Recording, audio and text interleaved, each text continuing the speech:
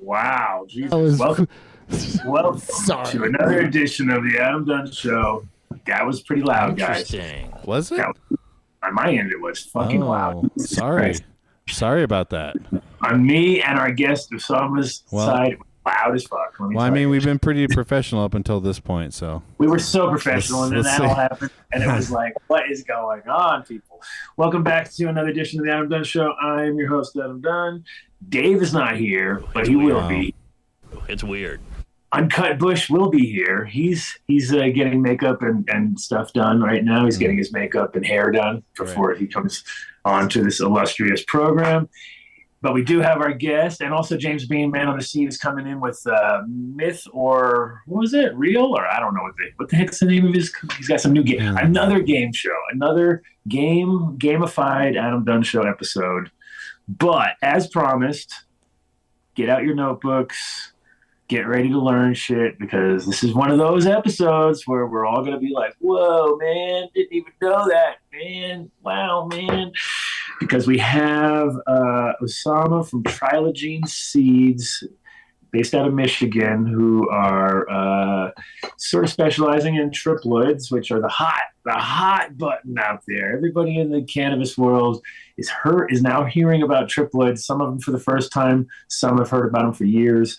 But we're starting to finally get into that commercial ability to produce them on scale, which is huge, because if you know anything about agricultural products, almost everything you eat is a triploid out there. All sorts of vegetables and fruits have been,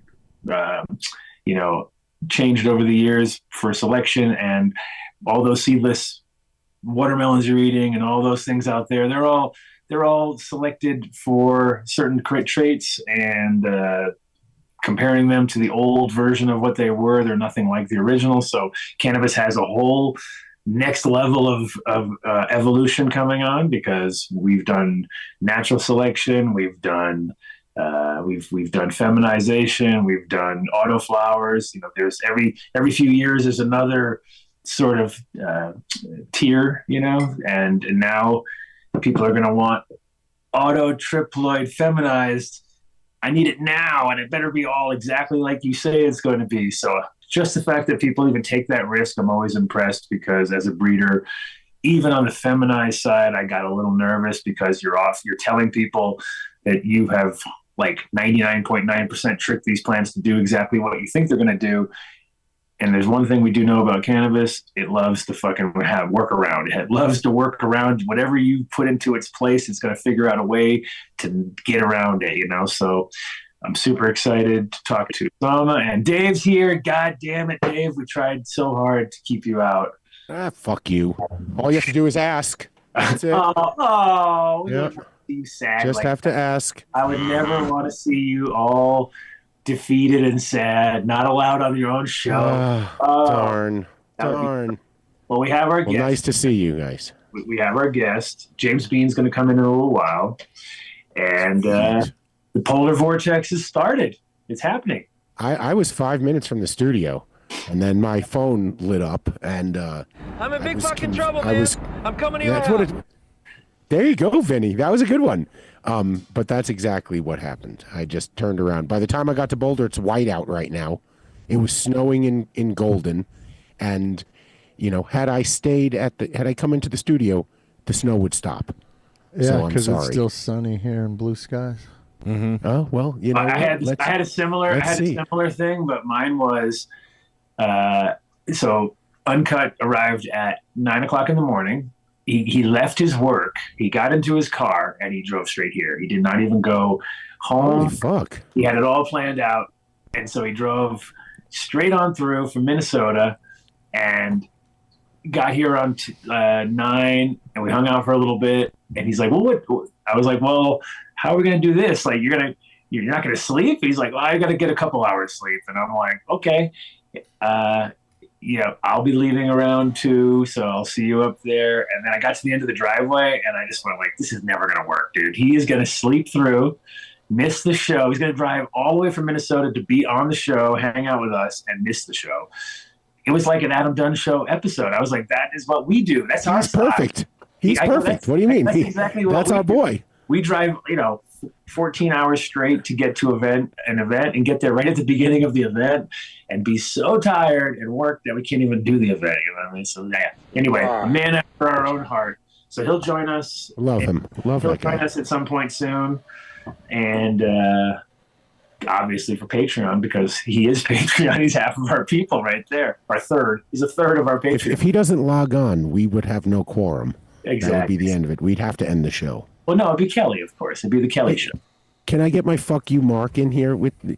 I love that photo, Mark. You think you're dinging me. I love that photo. You can keep that photo up all the time. That's fine. All right, so let's jump on with Osama from Trilogene Seeds. Maybe his partner might be joining us, Matt. We'll see. He's a little like Dave. He kind of comes and goes when he feels like it. It's like one of those. Whoa, low blow. No blow. What are you talking about? Ask Mark. We haven't missed a Friday in 6.5 years. Yeah, it's crazy. He's never had a night off. We used to have nights off. He has no social life. I know. Well, at least the Nuggets are on tonight. Let's keep it that way, Mark. Thank you. Wait, the Nuggets are at home tonight, Mark? The Nuggets are on tonight. Are they at home though? I don't know. That would suck for everybody. They're in the heat of Miami. Oh, then that's fine. Yep. Okay. Anyways, that's fine. Oh, and it's about to start. Good. Well, welcome to the show. How you doing? Osama, welcome to the show. I don't think you realize Adam was talking to you. Oh yeah, sorry. He's done bantering with me. It's all right. Yeah, no, I get a few seconds of banter and that's it. And let's get to work. He's done. Yeah, he doesn't talk anymore. He's like gimp. He's like a gimp in the corner. Let's get to work. break glass in times of conversational necessity. That's right. So welcome to the show. What is Trilogene all about? It's for somebody who doesn't understand anything about genetics. That's me. Adam knows everything. Trilogene Seed is a cannabis genetic company started in Boulder a little while ago and then moved to Illinois. Guess where Dave is right now? Yeah, sweet. He's in Boulder. I can be in Illinois in like 6 hours, but probably my flight will get canceled. Yeah, then we moved here to Illinois a couple of years ago, operating out of Bridge, Illinois, which is a little suburb north of Chicago, and then the lab and the R&D is done here in Carbondale. We have a lab in the Dunn Richmond Institute here at SIU, which is like an incubator for startup companies. And it's about type 1 to type 5 cannabis. So we breed THC dominant varieties, mixed ratios, CBD dominant varieties, minor cannabinoids like CBG, CBDV, and THCV, and type 5 cannabis, which is anything related to grain and fiber, which is coming pretty hot. Yeah. That's awesome. So basically, number 1 being what we're always looking for. Number 5 being what we should all be wearing and eating and absolutely all those good things. So that's awesome. So in Boulder, when you were doing that here, you had a hemp license up here and doing it? Was it focusing more on the hemp side, obviously, at that time, or? Yeah. So back in the time, nobody did feminized CBD seeds. And we're like, well, why not? Everybody's looking. That's where the CBD isolate was expensive. Yeah, I remember those moments. And we did feminized seed, and we put quite the acres. And then with all of these, new waves of loopholes and stuff where you can see the seed and the USDA and all of these laws. And we're like, well, whoa. What's with the loopholes? This is the law. No loophole here. This is straight up. This is the law. And while I differ in opinion from some of the other people out there. I think the Farm Bill is going to take over the entire industry, and the regulated market, which has a barrier to entry of what, $2 to $12 million to get into it, is going to be completely destroyed by a $50 application to the Department of Agriculture. Is it funny? It's not. That's what they did. You know, I've been saying for years, don't wait for what, if anything, the government will do. Do by what they're saying. And right now they're saying the Farm Bill is the law of the land. So, mazel, get out there. Mazel tov, man. They say non-flowering material and seed, if they can test for any THC levels higher than 0.3, then they go under that 2018 Farm Bill. So we're basically just translational science from one crop to another, which is even the same crop. So we, everybody's making seed, but we were like, well, can we have an approach where we can produce some seed that almost look like when you drive by a field of corn or soybean, and it all looks the same and all mature at the same time, same height, same attributes. And I have a soybean background. I worked in soybean germplasm generation here at SIU. We used to sell millions of dollars worth of germplasm to Monsanto when they were here in St. Louis before they got bought by Bayer. And basically all of that knowledge. Back when they were an ethical company. Yeah, I'm just kidding. When was that? That was never. Oh, they were never ethical. I know. I'm just saying. I'm just joking. So, and then just translational science from that field to cannabis for me, just another crop. If you really think about it, it's a seed that grows. It's a plant that gives you things. So it's a crop. And we basically started applying those technologies. What are the bottlenecks? The bottleneck is we have a problem with diversity within cannabis because we've been crossing half sisters and half brothers for the past 40 years in California. So how can we introduce, if you want, new allele frequencies and stuff like that? I did variation breeding in soybean, which is we use mutational breeding to induce variation in dead germplasm. We did the same thing in cannabis. And then we start talking about, well, how can we amplify these genotypes? Can we have better versions of these? And a lot of scientists started publishing the first manuscripts in cannabis talking about THCs and the copy number variation. It's the number of copies of the THCA synthase that you have. That's give you a higher THC. And then the idea of making triploid clicked in my head. I'm like, if we're trying to amplify the number of genes, I just make a tetraploid. And then we started making tetraploids and looking, and then we're like, well, we're halfway. Might as well make some triploids and see what all this thing about. And when you start doing your trials, you can see certain attributes going up, like the flower is louder, the aromas, flavors, even the plant structure. I like how scientific you got there. You were like, flowers louder. It's like, that's it. You just completely sidetracked. When we were so scientific, and then the louder had to come in there. I'm just kidding. I'm just kidding. Yeah. So I can break it down. When you make a tetraploid, what you're doing is you're amplifying the number of chromosomes, and anything that comes out of a flower, either flavor or a note or a compound, it comes from your expression of a gene. But give you an example. Imagine you have a 4-cylinder and then you have an 8-cylinder. But do you think the performance is the same? Of course, they're not the same. And then to make it better, we make a triploid that will be like a pollen tolerant or pollen resistance, just to add another layer of Y triploids. And that's a 6-cylinder vehicle. So basically, the cannabis that you and I grew up around is a diploid cannabis with 20 chromosomes.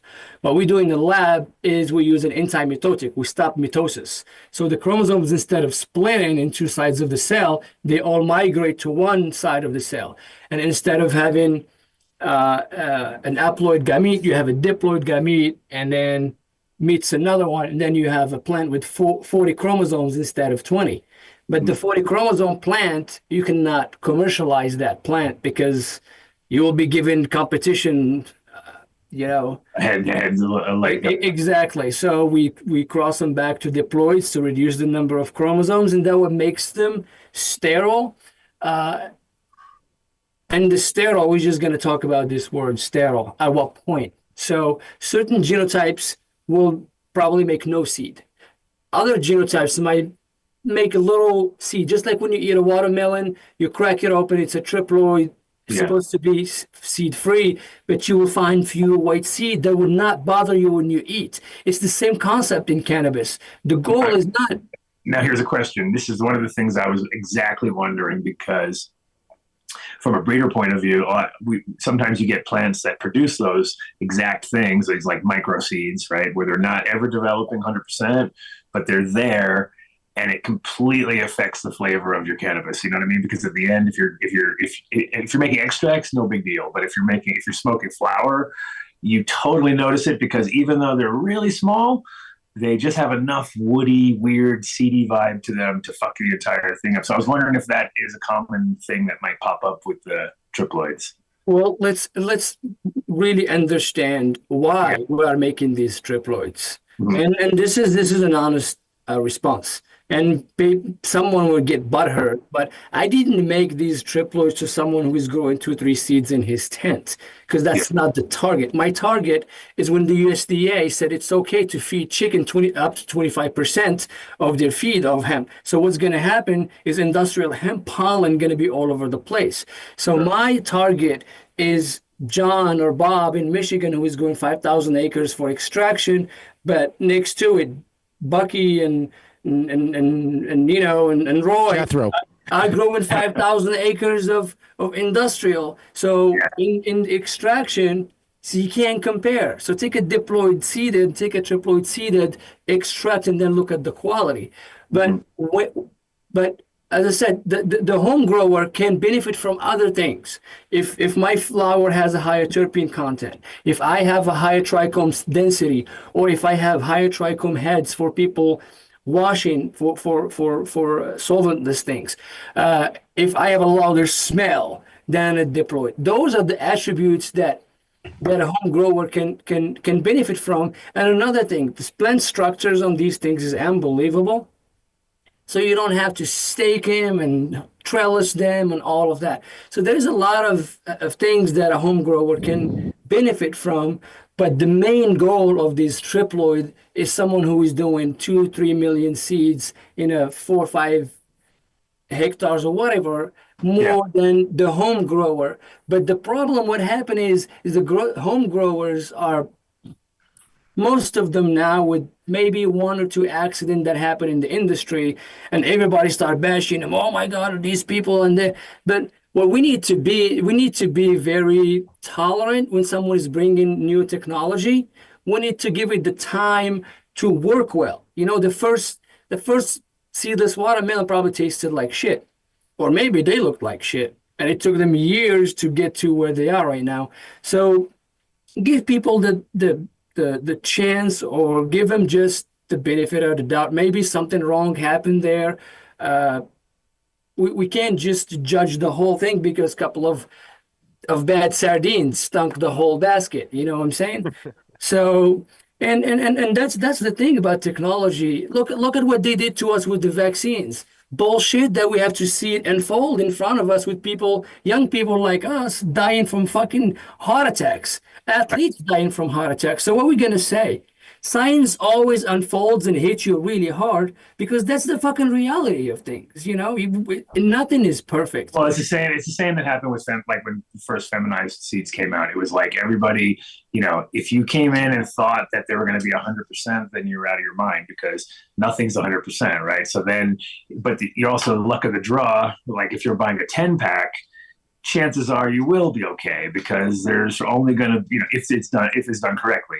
But then, we've seen with sex tests, sometimes in the high 90s, sometimes in the high 80s. If it's in the high 80s, you've got a really good chance of getting one. So there's, and then so if you did your first round and you got a full-blown male or a herm, and you decided at that moment in time that it was no good, well, then you weren't giving it a chance. Like right now, like I'm personally, I'm not a big like I liked regular seeds because I'm a breeder, so I'm like trying to like, you know, that for me that seems to be the best baseline to start with, right? And if you really want to go from there, you go from there. But with feminized, for a guy in a tent, he doesn't care. He's not a breeder. He just wants to grow 6 plants, and he doesn't want to have 3 of them be male, and then he ends up with, you know. So I get it. I understand that's actually the bigger market right now because there's more new growers than there are established breeder types who are out there, you know, really understanding that what they want is something like that. So I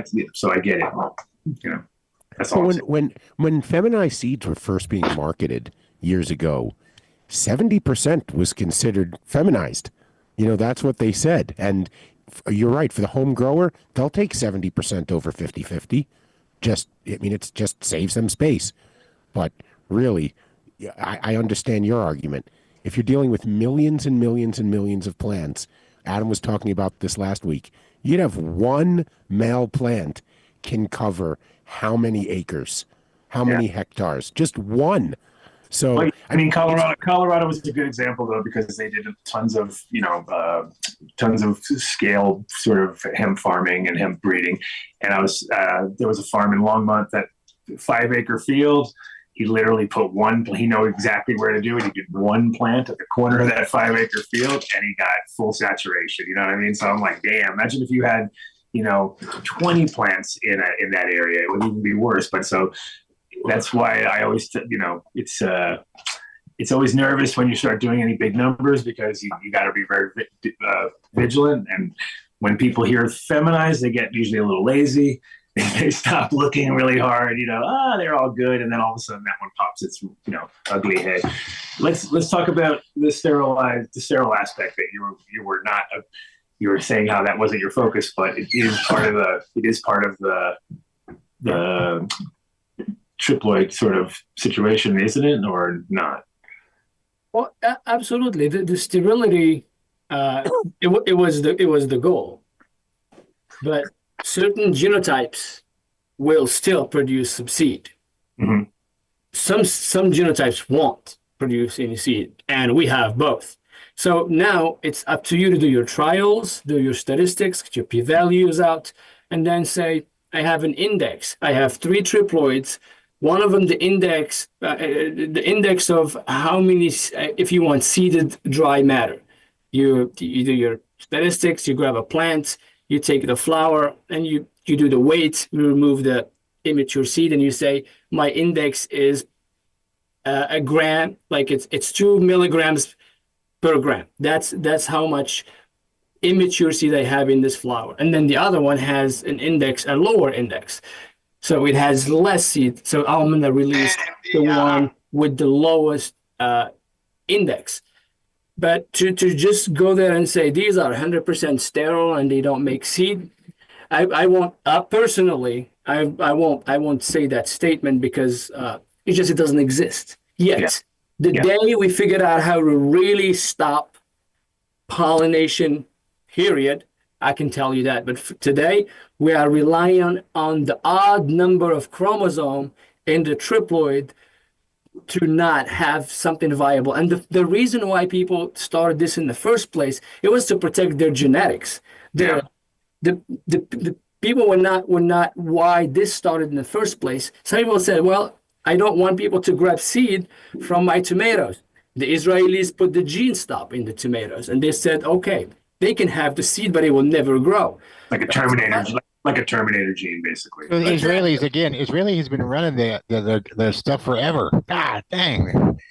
They have strong technology, and they're backed by billions of dollars from our taxpayers, so it's easy to do that. Yeah. So was the triploid idea like you could patent it basically because you No. Oh, okay. Any phenomena that could happen naturally, can occur naturally, is not object to patent. Gotcha. So it's not like a marker. But if you put a marker in there, then you could say that marker is.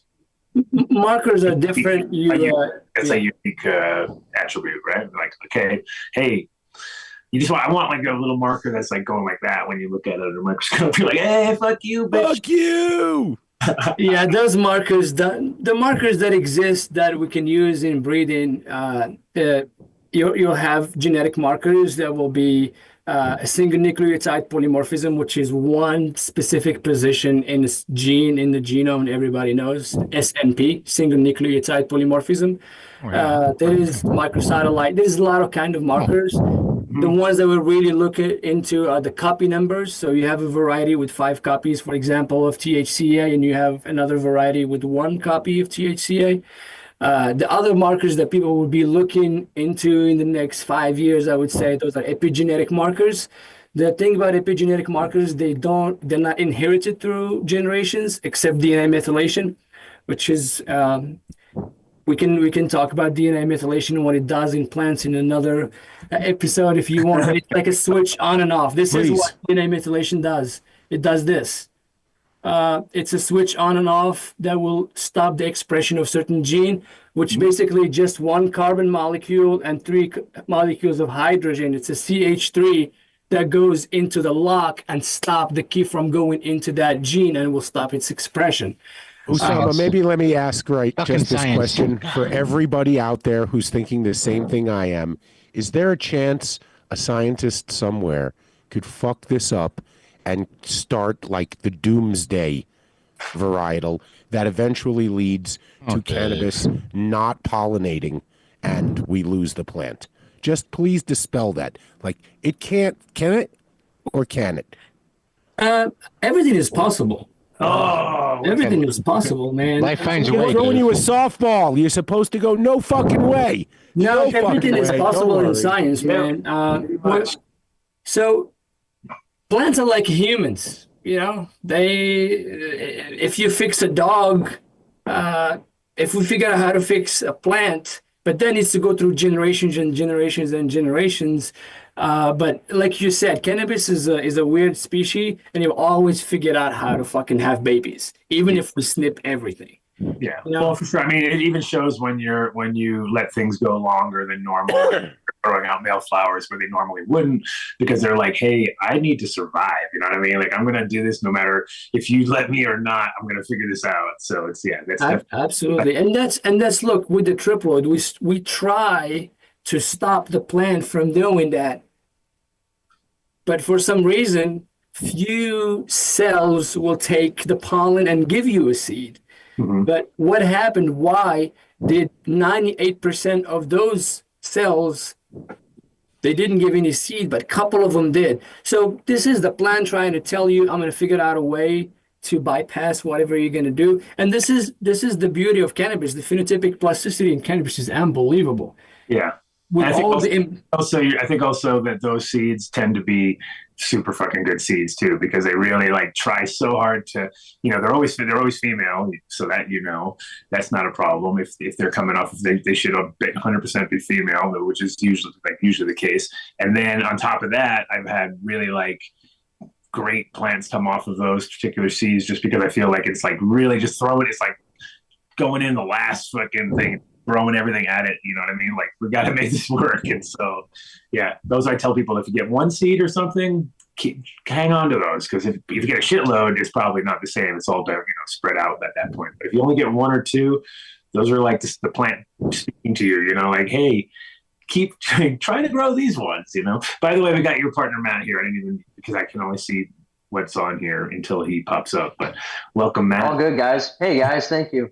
And yeah, the one thing we do try to do is we actually put them in seed pollination rooms, trying to pollinate them and just see if we can bring out viable seed or not.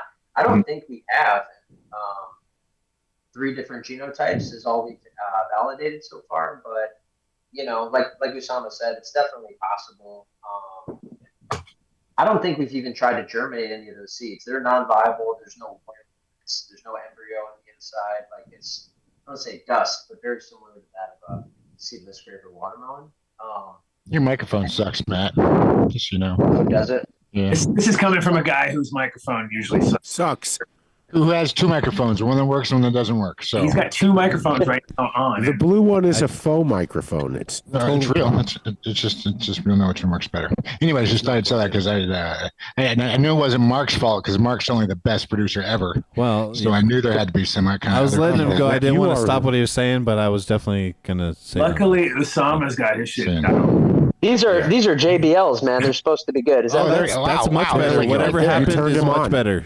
Wow. Hello? I guess I had the left and the right foot switch there. Oh, there you go. It's perfect now.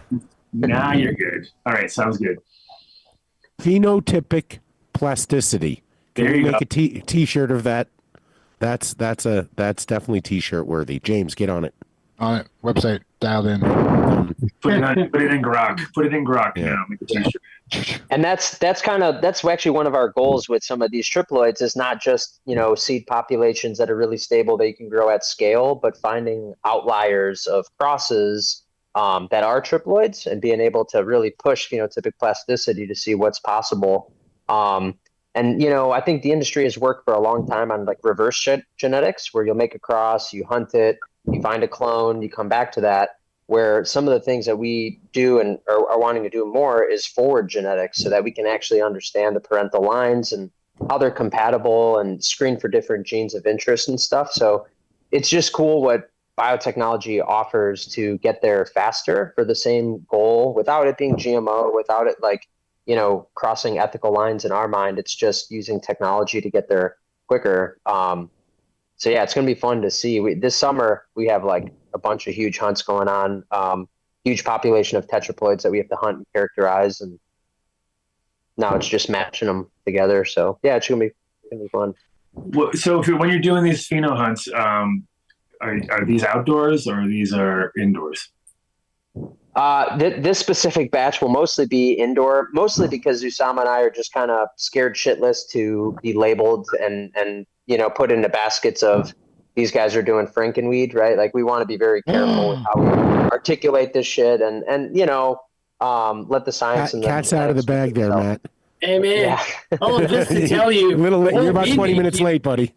we're gonna be making that. I missed we're it, gonna be making those Frankenstein weed. I'm we're not scared of that because someone who is eating purple tomatoes right now, he's like, oh my god, this is the best fucking tomato I've ever had. And there's this is a good distinction point, I guess, too, between genetic engineering, GMO, what they've done with corn and soy with Monsanto, right? That's like Roundup Ready corn, where they take DNA from a foreign organism and put it in so that it's more tolerant to pesticides.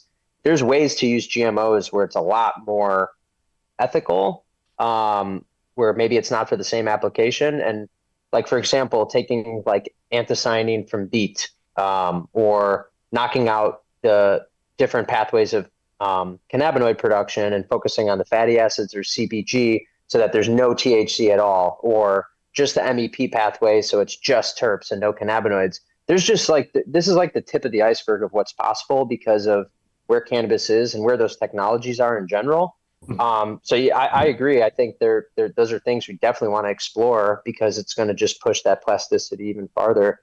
One step at a time. Yeah.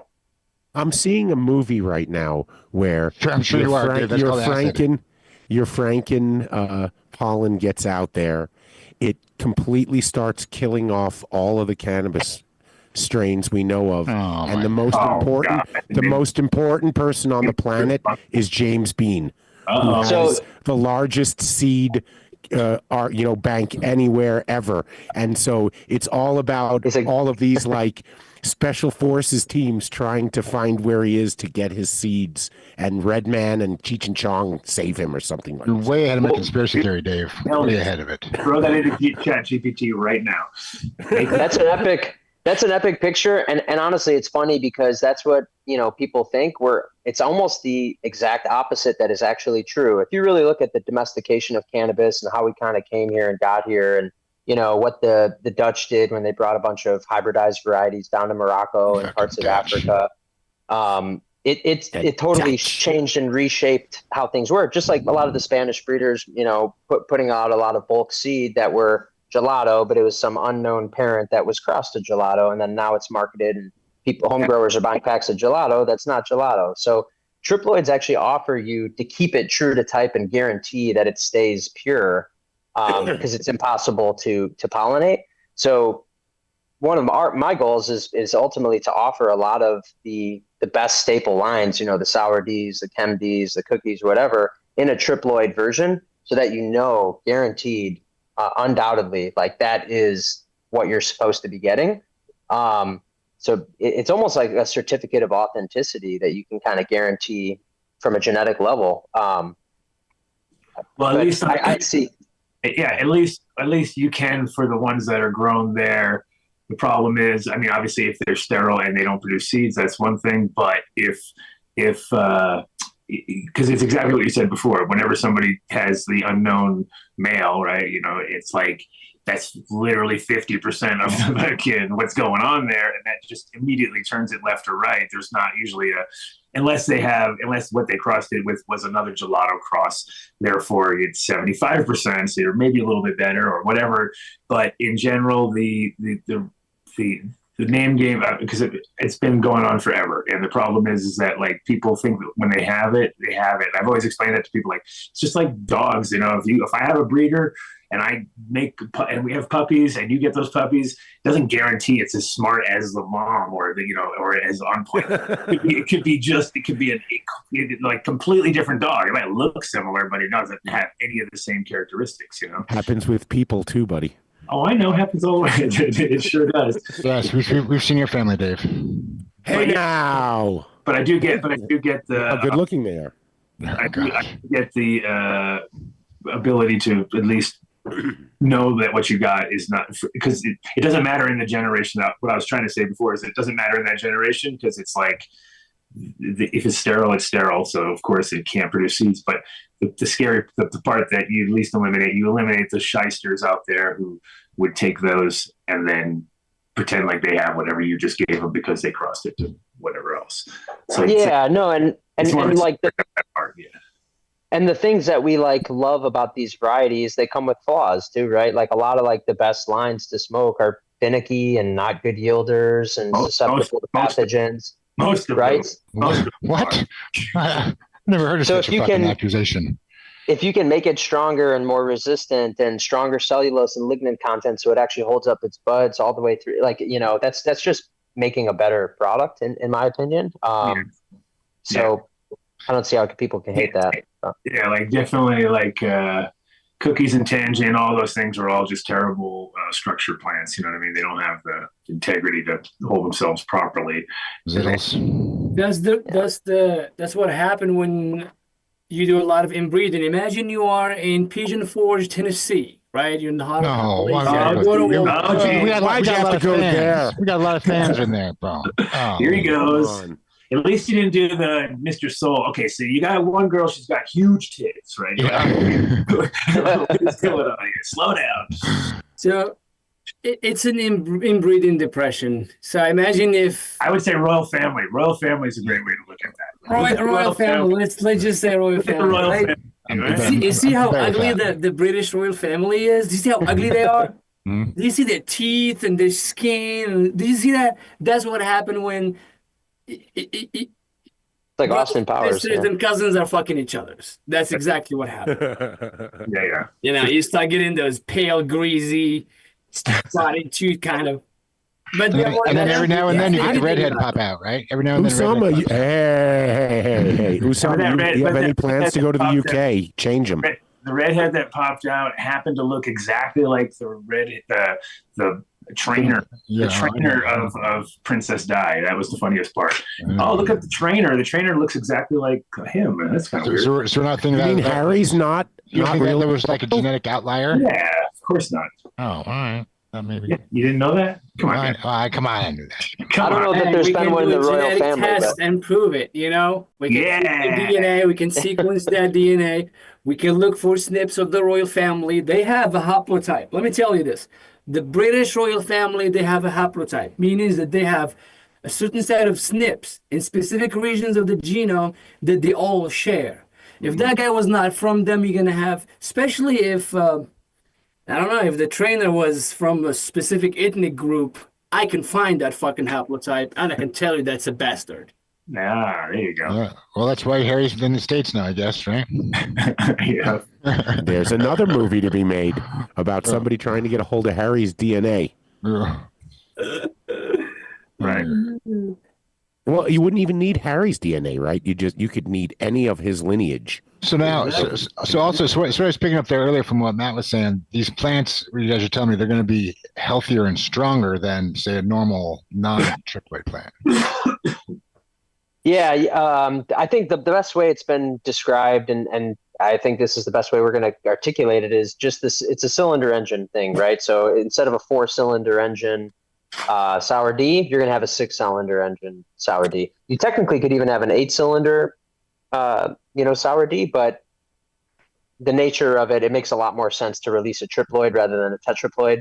Tetraploids and ploidy manipulation in general is kind of tricky. You can have a lot of mixed ploid plants where one branch might be one set of chromosomes and then the other branch is a totally other set. So it can get tricky where flow cytometry and testing needs to be done carefully, especially as you breed, to make sure that your progeny is what you want it to be.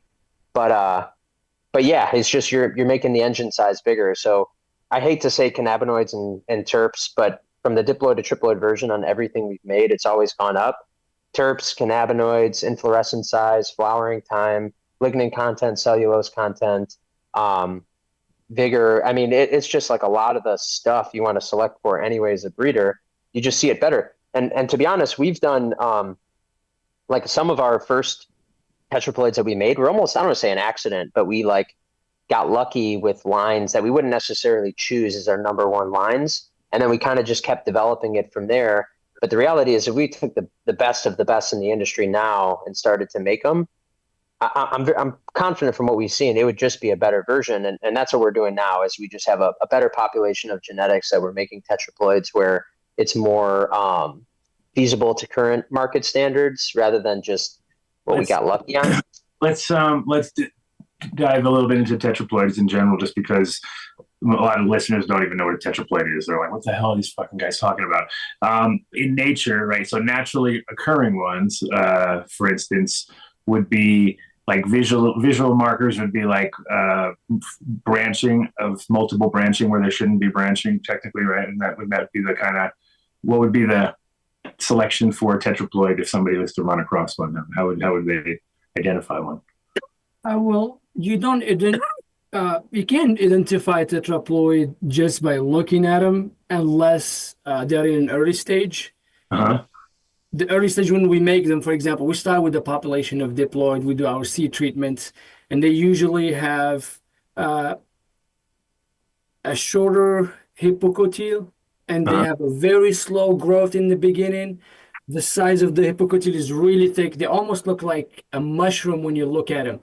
The cotyledons are fat, and they're like almost like trying to look down, and the hypocotyle is really thick and is very white. Like it's almost telling you like this stalk is gonna be a thick one, and then they grow to be some thick plants. So those are the early signs of tetraploids.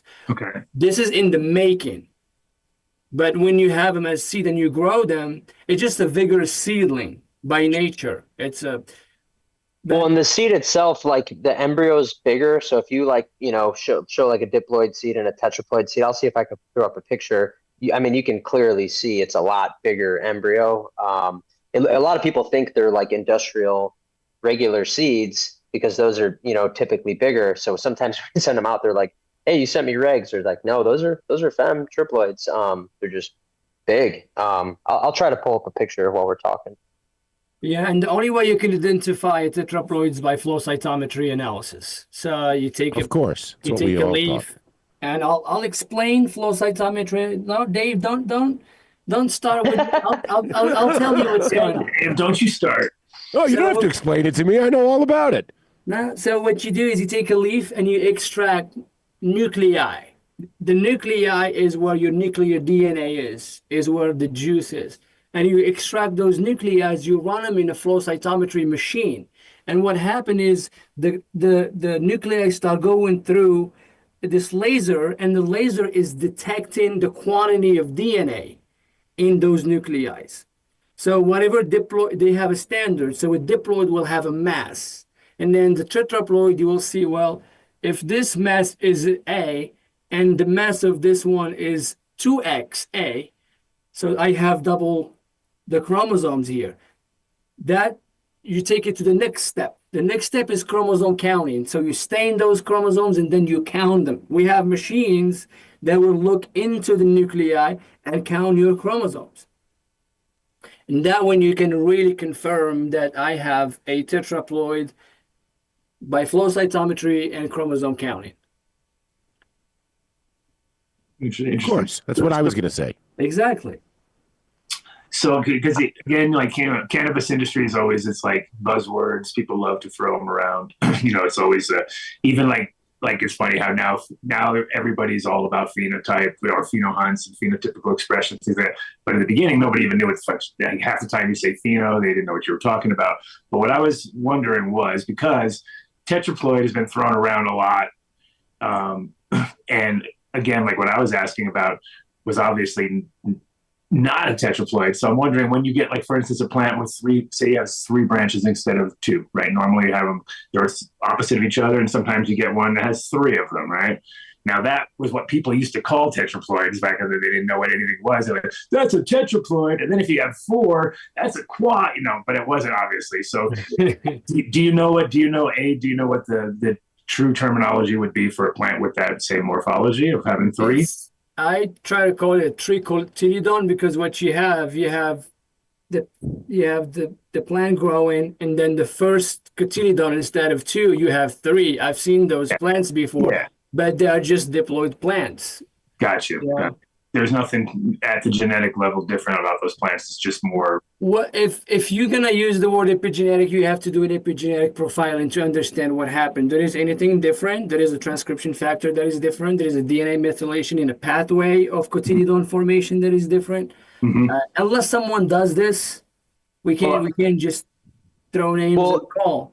And one thing that might be healthy is like tetraploids are always the pollen receiver to make triploids. So you need to use a diploid as the donor, a tetraploid as the receiver, and that progeny would be triploids. So if you try to do the opposite, for example, if you took a tetraploid and tried to pollinate a diploid, it wouldn't even take. It wouldn't even work.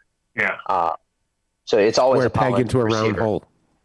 Yeah, yeah. I'm trying to find a picture of Fat Gary, Osama. Oh, my cousin? Tetraploid. No, we call him Fat Gary because so when started working on them, Gary, Dr. Gary, who worked for Seedsman back in the time, came to visit me from Scotland, and we sat together and we started working. And he was with me in the laminated hood when I was manipulating the seed. And when we got that first one, we just said we're gonna call it Fat Gary. Shout out to Gary. I know him. I know him from Seedsman also. Awesome guy. Was that your first? Was that when you guys were starting up, or was it kind of like the beginning, first round? It was just a coincidence. He came in to visit that day. That day I had in the schedule that I was going to sit in the laminate hood and work on making our first tetraploids. He thought he was coming for a tour, and we sat him down and made his ass work. Nice, actually. That's actually what Adam does. To all his friends. I can take you on a little tour. I won't put you to work, but I don't know if it's necessary or not. But depends on. Well, your here friends. I don't know. Let's see how good this can be shown. I don't know. I just found a picture of Fat Gary myself. That's like I'll send it to myself and see if we can get a better one. No, that's fine. They look a little weird. But they James, look like James, you're on Pornhub looking you're for on Fat Pornhub. Gary. No, okay, not on a seed genetics website. See what you know, Fat Gary. There he is. Oh yeah. Oh, that's Fat Gary right there. Fat Gary from Scotland. Right? Got the redhead and everything. Is that a chat GBT or that's like your legit cousin? Oh no, it's not a legit cousin, Fat Gary from Scotland. Yeah. I thought you guys were talking about. Yep. That's Fat Gary. All right. Yeah, just to say something about triploids. I've been growing a few of them now, and they're a pleasure to work with. They blow your mind when you, let's say you have a greenhouse and it's summertime. It's about 40 degrees Celsius, right? So Fahrenheit. Let's say it's 100 degrees Fahrenheit. and then your fans don't work or your AC stop working. And Matt can tell you about it. We had a greenhouse seed production in Wisconsin a couple of summers ago, and the fan stopped working for 24 hours. The only surviving suckers were those triploids. I'll tell you why.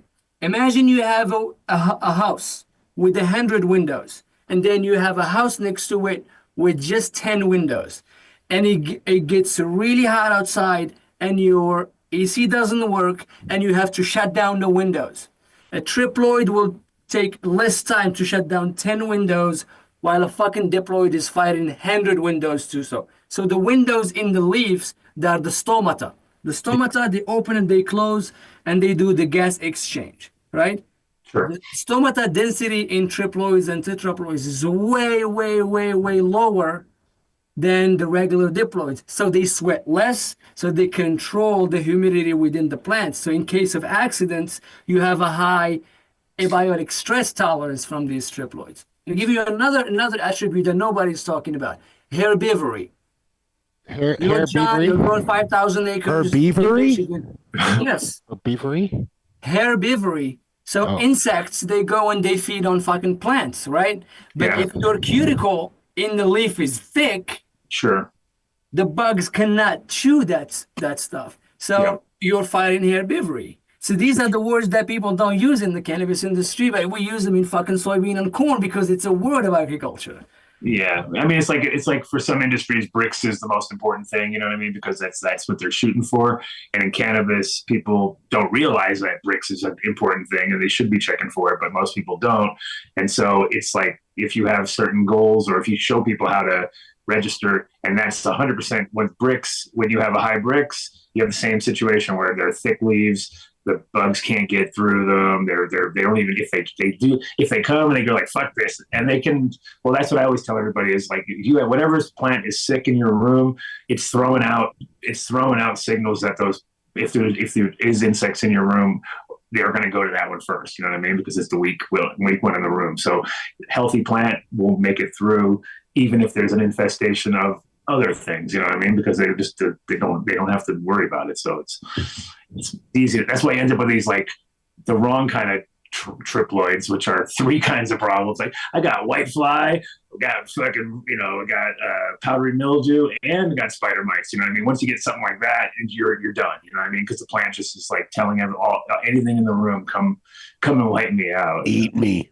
now. Take me. And Adam, I just threw a picture or two in the chat that might be helpful, where that's essentially how we can crop steer in propagation to identify some tetraploids early. I tried to share the screen, but I just sent it in the chat if that might be helpful. Sure. You can send it to faceofbase@gmail.com and. Oh no! Everyone has it now. We've given it out 1,000 times. It's okay. How many people sorry, have Mark? Mark? Nobody. Nothing. They're all gonna send them stuff now. Face of base like the band, or face of base like base? Like your face, and then of base, and then bass guitar. Yes. He used to be a huge Ace of Base fan. Yes. At Gmail. Yep. Yeah. I thought you saw the sun or something. You know what? I have the picture. I'll get it up there in a second. Just yeah, you could have just grabbed it from the other thing. Yeah, sorry to blow your whole world up. Now everyone's calling. Oh my God, you're all coming after me. I got it. It's fine. Don't worry. All right. So these are that little one is the one. So what we do is instead of sending 5,000 plants to flow cytometry, it's expensive to run a sample. It's like $45-50 per sample. If you're sending a few hundreds, it's expensive. Wow. So what we do is we use far red to steer a little bit the plants, infrared and far red, to stretch them. The tetraploids do not stretch. They have just a very slow, for the first 2 weeks, their growth is very slow. So what I do is I blast them with red lights. We use a couple of lights from FOS with the possibility to control the spectrum, and I stretch everything. So everything that will stretch, I will chop it and throw it in the trash because I know it's normal.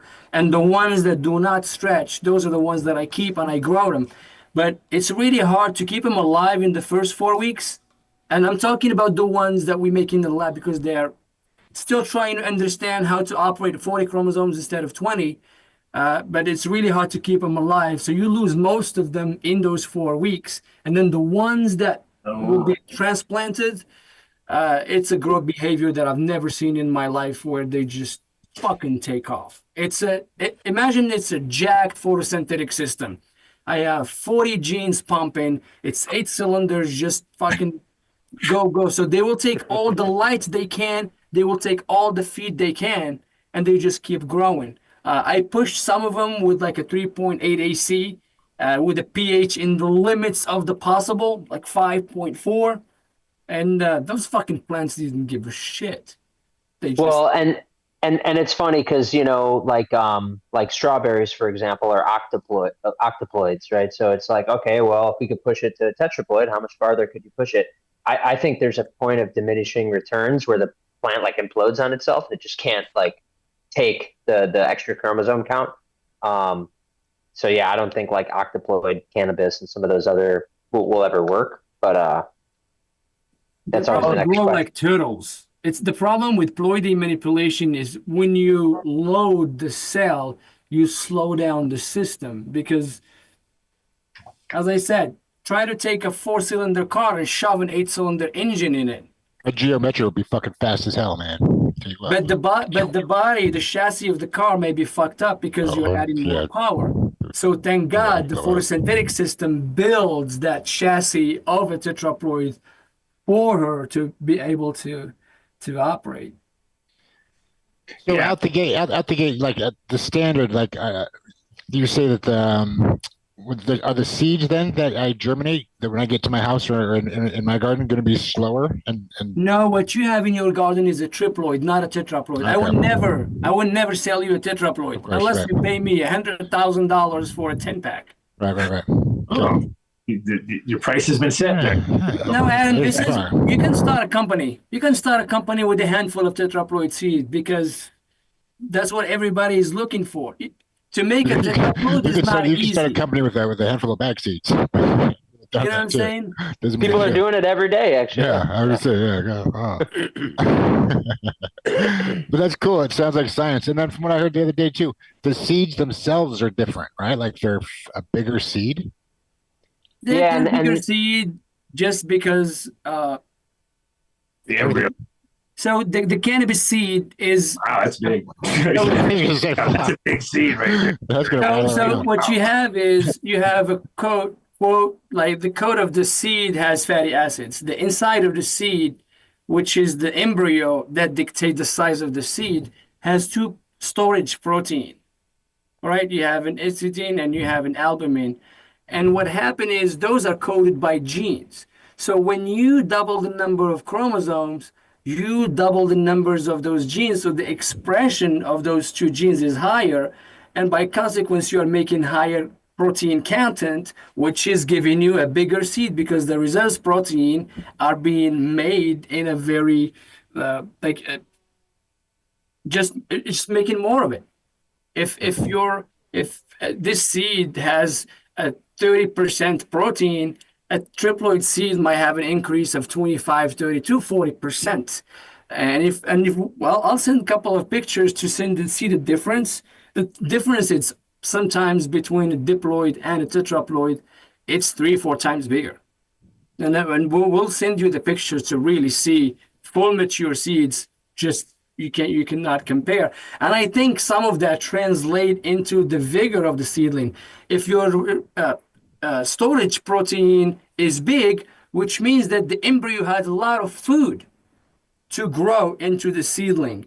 So even if you don't feed it in those first days, it still has a lot of reserves that it's consuming. So it's eating itself to grow faster. The seeds, if they're that big, you ever have any issues with them being too thick? Because sometimes I always found with bigger seeds, sometimes it was like I had to get in there and physically, help the plant even make it work.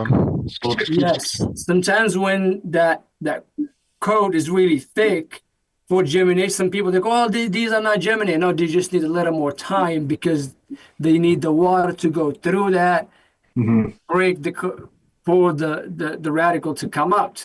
Yeah. But I don't think that's a problem. C-section on every plant. You're like, God damn, I gotta go in there, open them up every time. But sometimes it just gets caught on the top like that because it just doesn't have enough in the first leaves to pop out to spring it off, But those are good problems, I think, when it's so big that it's, Yeah, especially what we said. If we are doing acreage and we're doing direct seeding and we're using seeders and machines, if you have a small seed that's fragile, it's gonna break, a lot of things. But if you have a bold, big seed and you are using automation in seeding, then you have better chances that seed will actually emerge.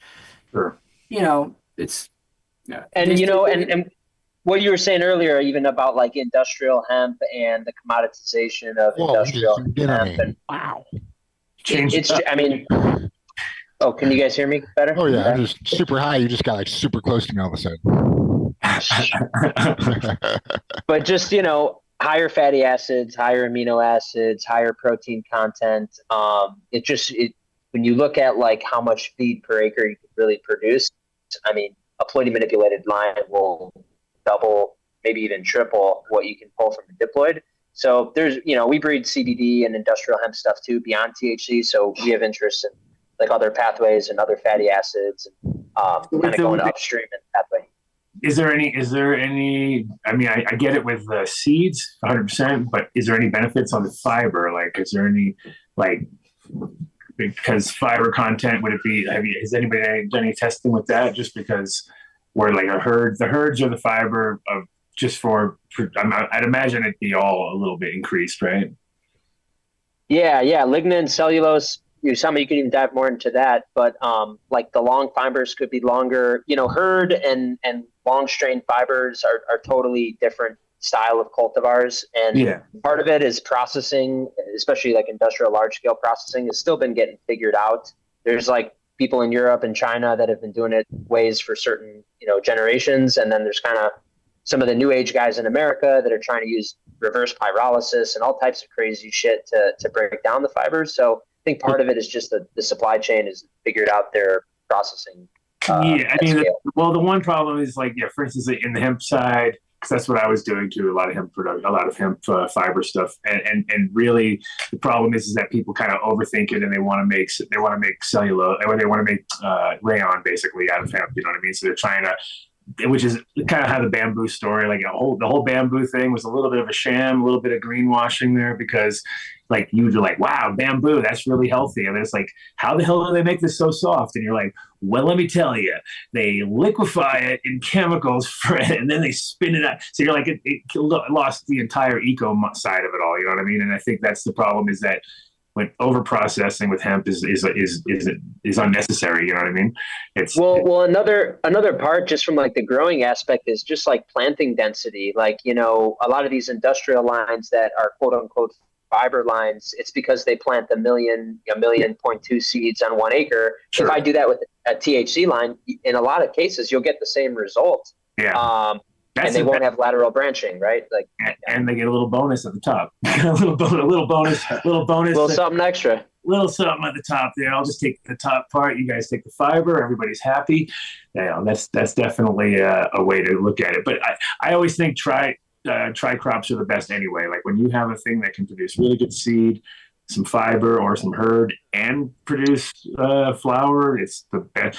Unfortunately, that's never with the 0.3 bullshit and all that. But if they do 1%, it's sort of okay, now we're getting somewhere. But it actually, in Switzerland back in 94, 95, there was a little loophole, a bump in time there where they didn't have any THC restrictions.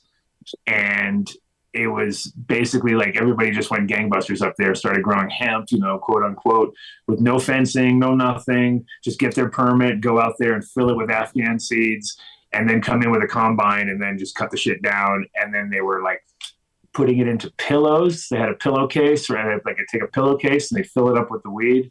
Then they'd sew it shut and they'd sell it as a smelling pillow. right? So it was like an aromatherapy thing, and because it was sealed, it was hemp, it was hemp, right, quote unquote. Then it was legal, and so people were just doing that on basically there are thousands of pounds of weed and putting it into pillows and shipping them all over the world, and it was just like kind of a crazy moment. It was funny, and then guys like I would just look at the combine and be like, can I just clean the fucking part right at the front where it's kind of skimming all the plants? You know what I mean? Can I just go up there with my, all the resin? Yeah, get some dry stuff going. Yeah. Well, yeah, I was thinking more like old an Irish Spring commercial. You know, remember when you cut into the soap? You know, I was like, that's what I was thinking, but as the front of the thing every time. But a fine fresh scent. Exactly. No, but I think industrial hemp's one of the things that just, it kind of got fucked up because of the whole CBD thing. It really ruined the market. Kind of took the wind out of anybody's sails of even thinking about growing because we need to grow tens of thousands of acres if we want to do fiber. You know what I mean? Like it's just we're not even close to being able to do anything right now in America. Well, and it's got to be close to processing facilities that can handle that too, right? There's only a couple.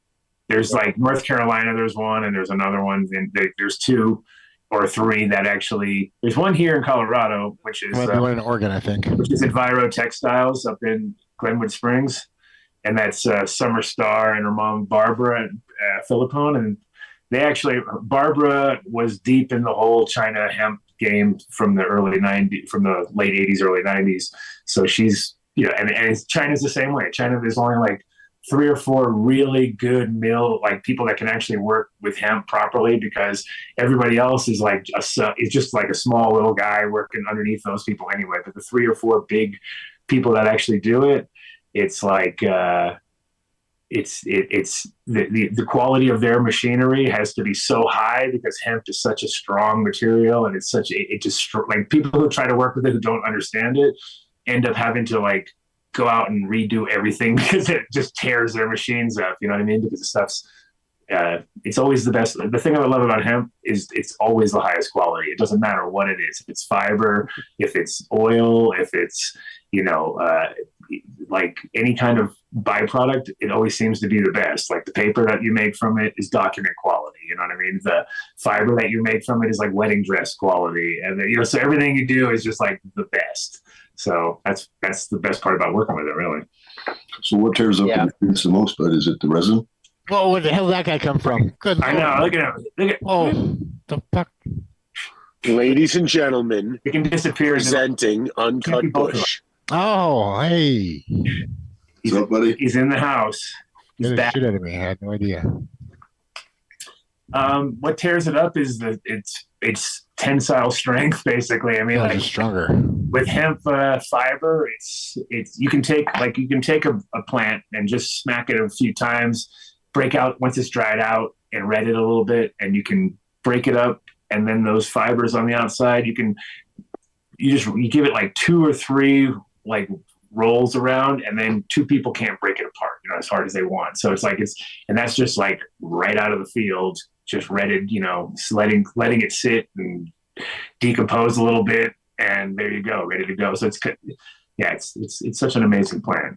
But there's guy, and sorry to interrupt, but there's some guys, like the coolest thing that we've seen for people processing fiber and hemp is making graphene, where they're making like bulletproof vests and batteries and putting them on the inside of like rubber tires of cars and concrete mixes so that you can like charge your vehicle while you drive, and pitching it to like big companies and stuff. There's one of them is actually based out of Wisconsin, and they just got like, I think 13 million in funding to scale their battery operation. Cause with electric cars and the lithium bottleneck, graphene and hemp batteries is like a real thing. It's just kind of figuring out the supply chain and what genetics and who processes and how is it efficient, all that shit, right? Definitely one of the biggest things. We had a guest on a few weeks ago, and she was running a hemp conference in Iceland, and so one of her guests was coming out of Prague, and he was a doctor, and he is using hemp for blood plasma replacement, And that was the most incredible part I think I had ever heard. I was like, blood plasma? And it's like, yep. So there you go. Like, if you want to take it to the next level, because I was like, shit, I thought batteries was already where graphene was already the top of the fucking food chain there. But once you start talking about blood plasma replacement, you're like, now we're looking at something. And this is like completely confirmed, and it could be cheaper and more efficient. Just like there's no medicinal value to marijuana. Yeah, nobody. I don't know where you guys are talking about. There's no medicinal value. Yeah. It can only just replace blood plasma. There you go. That's nothing medical about that. As long as we're clear, I've got that. Yeah, it's crazy as we keep going. I think it was 10,000 documented uses a couple of years ago. Now it's 20,000. It's there's just more and more uses.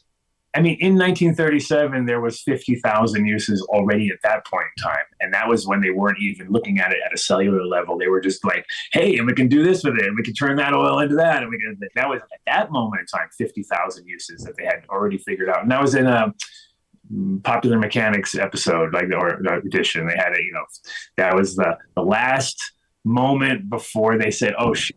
Wait a minute, did we just say 50,000? Like, oh, fuck, get rid of this thing. We got to turn this off immediately. Yeah. Get it out of there, So, and that's always been its problem. It's just so, again, like I was saying, the quality is so high. And then, you take that and plus the diversity of all the different products that you can make from it, set it up to be taken out early, because you can't compete with all those industries. That's for sure. Yeah. Yeah, that's a whole different rabbit hole, right? Of why it's been locked in a cage. Whole different conspiracy theory. Yeah. So I mean, we could be in the golden age right now, and I think cannabis could be a part of it, in general. So back to Osama, because we jumped right into all what you're doing right now and where you're at, and a little bit about Boulder, but give us a little background, because you're Moroccan, as we figured out before the show started. Didn't you hear Scottish Irish? He's Scottish. I heard it. Scottish. Oh, I forgot you were Scottish. I heard it. It's better, Osama. Yeah, Osama. Yeah. So, give us a look. Were you involved in cannabis back then? Because obviously Morocco's notorious for being a cannabis-based country. I was involved in the smoking. In the hash. I was just doing the testing. No, Morocco been growing cannabis for thousands of years. Just because when it came from the Tibetan plateau, was trying to head west, they got stuck in Morocco, and the domestication happened in Morocco. So it's not a center of origin; it's a center of diversity of cannabis. I work with a lot of farmers up in East Sagan, Katama, which is the highest.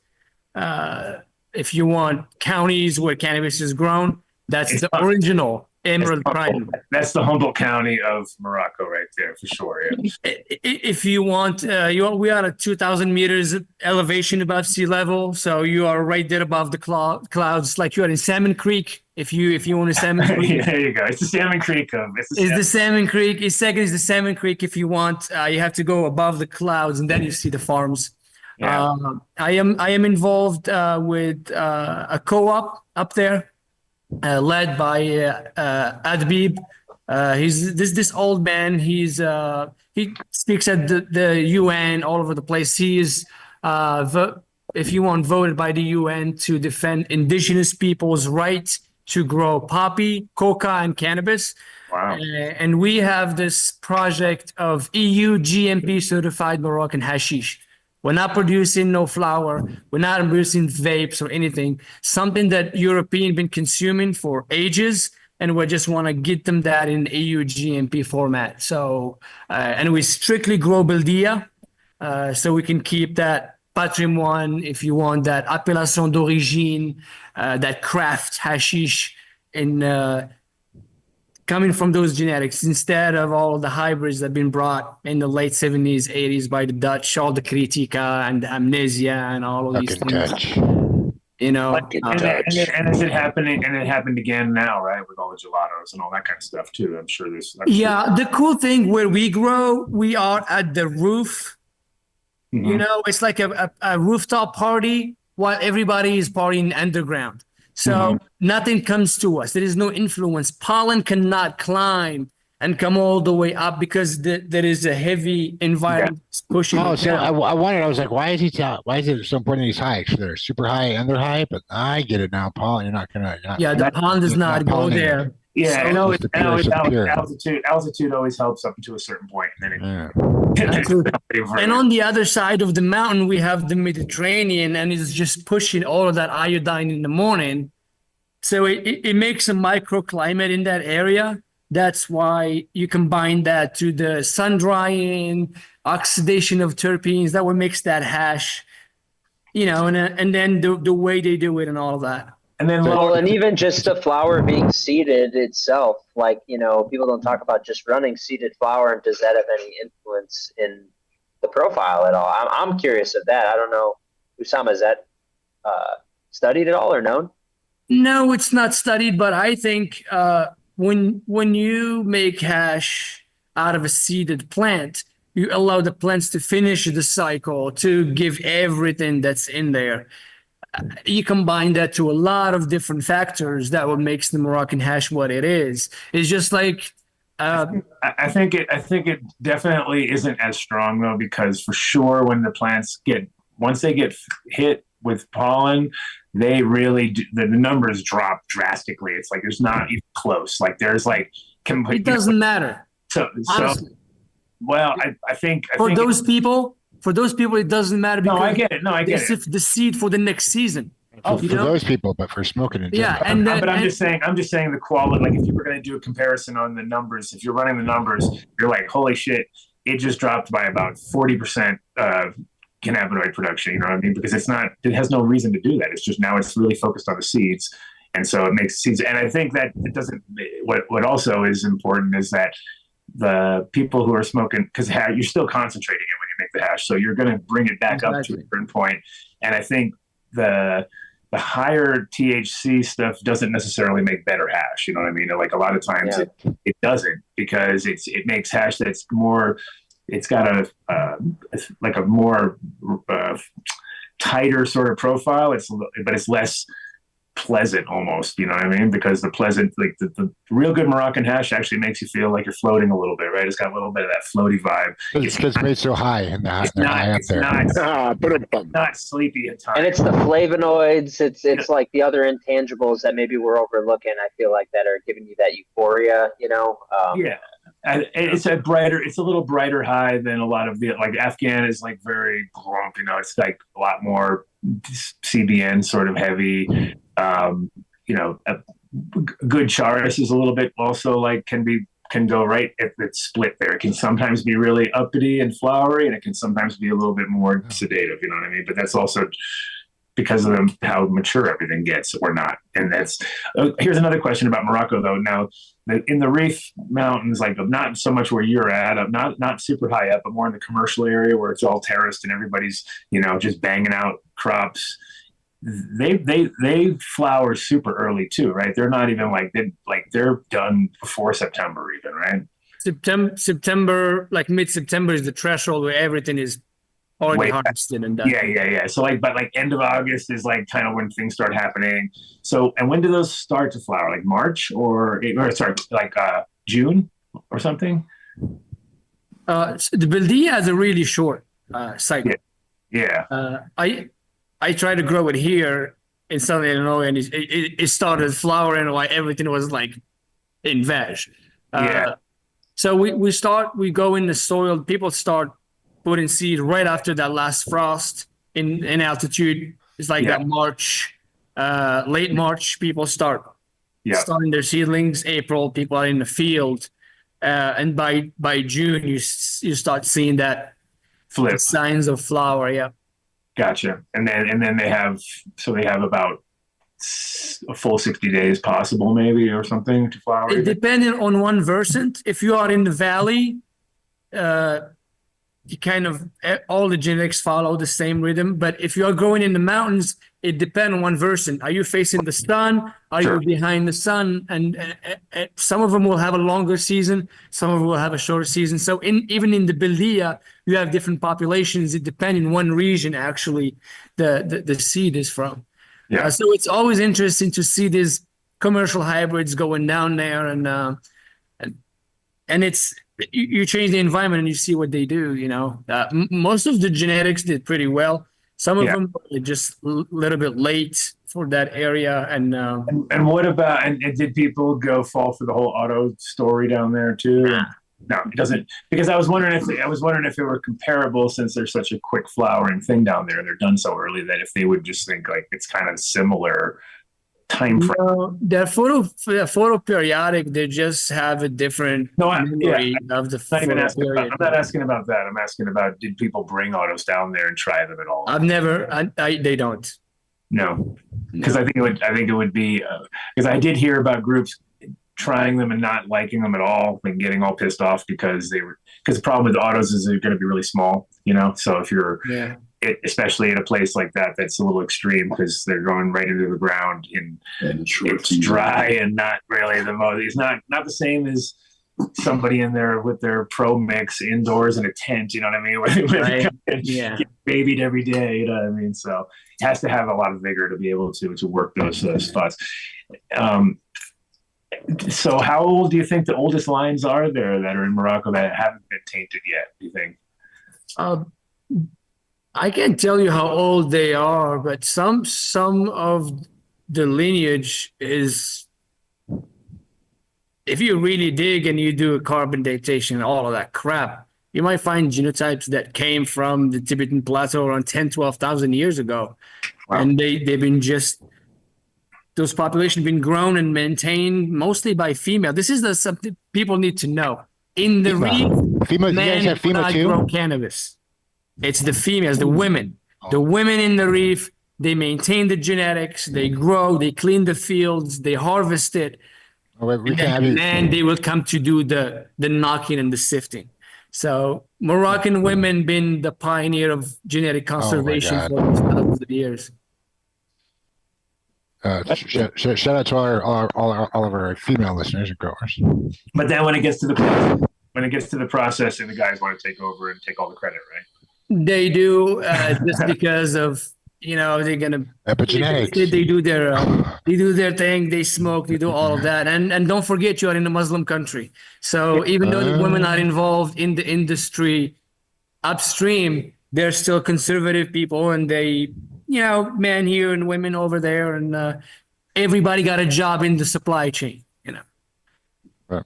So I saw recently, I don't think it was in Morocco, I think it was somewhere else, but I did notice that that people are starting to do a bit of static tech over there too, on scale. Like the Oprah tech? Well, they basically had like a big amount of cannabis, soft, like not on a screen, not on a hard screen, but on more of a kind of a looser thing that creates static, and they basically were just using two big pieces of metal, kind of going back and forth until they got it. That's the Afghani Pakistani style to make hash. For Morocco, we don't push through the sift. We drum through the sift. Yeah. So if you ask anybody, they will tell you there is 3 different trichome structures when it comes to the size of the heads. So when I asked the old people there, they said there is 3 rhythms when we make hash. You start very slow and going very slow. That's where the big heads fall first. That's a category of 00. We call it back home the 00, the triple hash. That's what you see in coffee shops in Amsterdam. 100 kilos for 1 kilo. That's what that comes from. Exactly. And then the rhythm goes up. And then you knock down the mid-sized trichomes, and that's the second quality. And at the end, you just knock the shit out of it to get whatever they can. Yeah. And that's what people smoke here and there. And that triple hash gets packed on Go Fast, goes to Paris, Berlin, Amsterdam, London, and all of these places. Some of it comes here. In the 70s, there's a town here called Makanda. That's where I live. It's the last hippie town in America. And people told me in the 60s, we used to go down to Florida and pick up just loads of Moroccan hash that came from there. And we know what that thing is. So, we used to, in Amsterdam, it was always the shoes that were the good shit, right? Like the shoe-shaped ones that guys would come in with the one piece that would be like shoe, and the shoe would go for like ridiculous, like twice as much as anything else. But it was always worth it, dude. It was always full melty, and you're just like, wow, this is okay. Now there you go, and that would be the one that would come over, and another 100 would come. That would be the commercial one, and then the really bad one that you were talking about that would end up in England as soap bar. Basically, they would that was the bottom of the barrel. You know what I mean? That's what the royal family would be smoking. Yeah. Yeah, but it's it's interesting now. So how is Morocco embracing? So you said you have there is legal things happening there. Is there exporting and importing yet, or is that kind of? Its internal market is not starting yet. Because Germany would be a great market, obviously, for. It's got to be, look, if you want to export anything to Germany, it's got to be, especially if it's finished product, it's got to be EU GMP. Yeah. And it's hard to make EU GMP hash. We got GACP certification from the WHO. And now you need to figure out how did that, something that is very traditional. Tyvek suits. Everybody has to wear Tyvek suits while they do the thing, and then stand in like a factory and be like, "No, it cannot be this." That is the thing. It cannot be this because of microplastic. That won't be compliant. It won't go through. Traditional Moroccan hash has microplastic in it. Microplastics and everything. Oh, that's for sure. Yeah, 100%. Especially because the screens they're using are not even real screens half the time. They're just like they're linen screens. People they just have to change that plastic very often because it breaks. But if you want an EU GMP hash, you have to run it. The closest we can get is like ice water hash. That's the closest we can get. But then you got mold capability. You got mold factors there. And then that's completely different. It's it's a press. There is a lot of ingenuity and engineering where you have local people making a machine basically that knocks and shakes. So figured out a way to do that. And then just send it like fucking pills, Temple balls, that's Monday, 5 o'clock in the morning. Blow. Right. Micro balls. Micro balls. Breakfast hash. Micro versions of hash. Basically the same side of Tetraploid seeds. Same size. That's right. Yeah, it's people love Moroccan hash in Europe.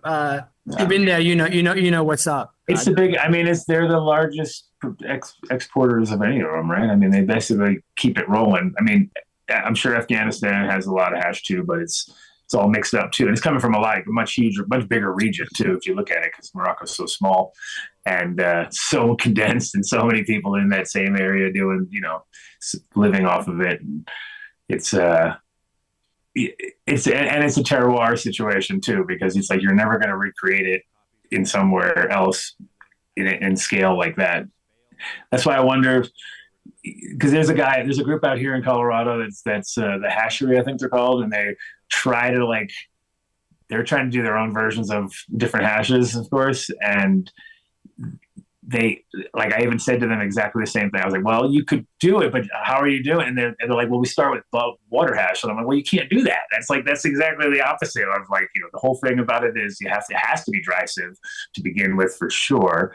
And and if you really want to do it traditional, you're going to have, it's not easy work, obviously, because it takes a lot of time and material. The right conditions is very important. There's only a certain time of year that you could really do it if you're doing it outdoors or in like the way that, most of the places there don't have air conditioning or they're not in some cold room, they're in a place with no windows. So it's like cold, Well, what was that place in Durango before they went out of business? That's what I'm talking about. Hashery. Yeah, and they couldn't do it because they couldn't produce at scale. Whenever it came in, what they were attempting to get to, like they needed another 2 years of R&D to figure it out.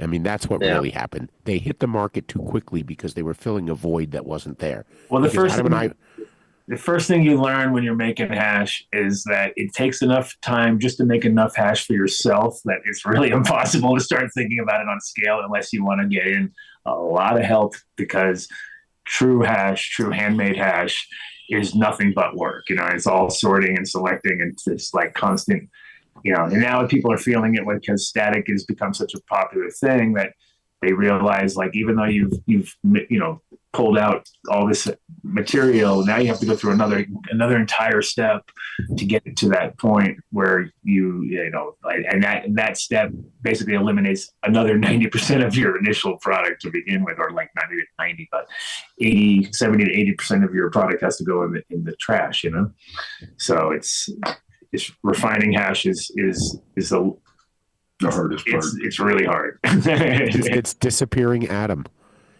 Yeah, you're just if you and Uncut don't sit exactly side by side. No, I'm fully aware of this. I was on his lap earlier. Yeah, I heard about that.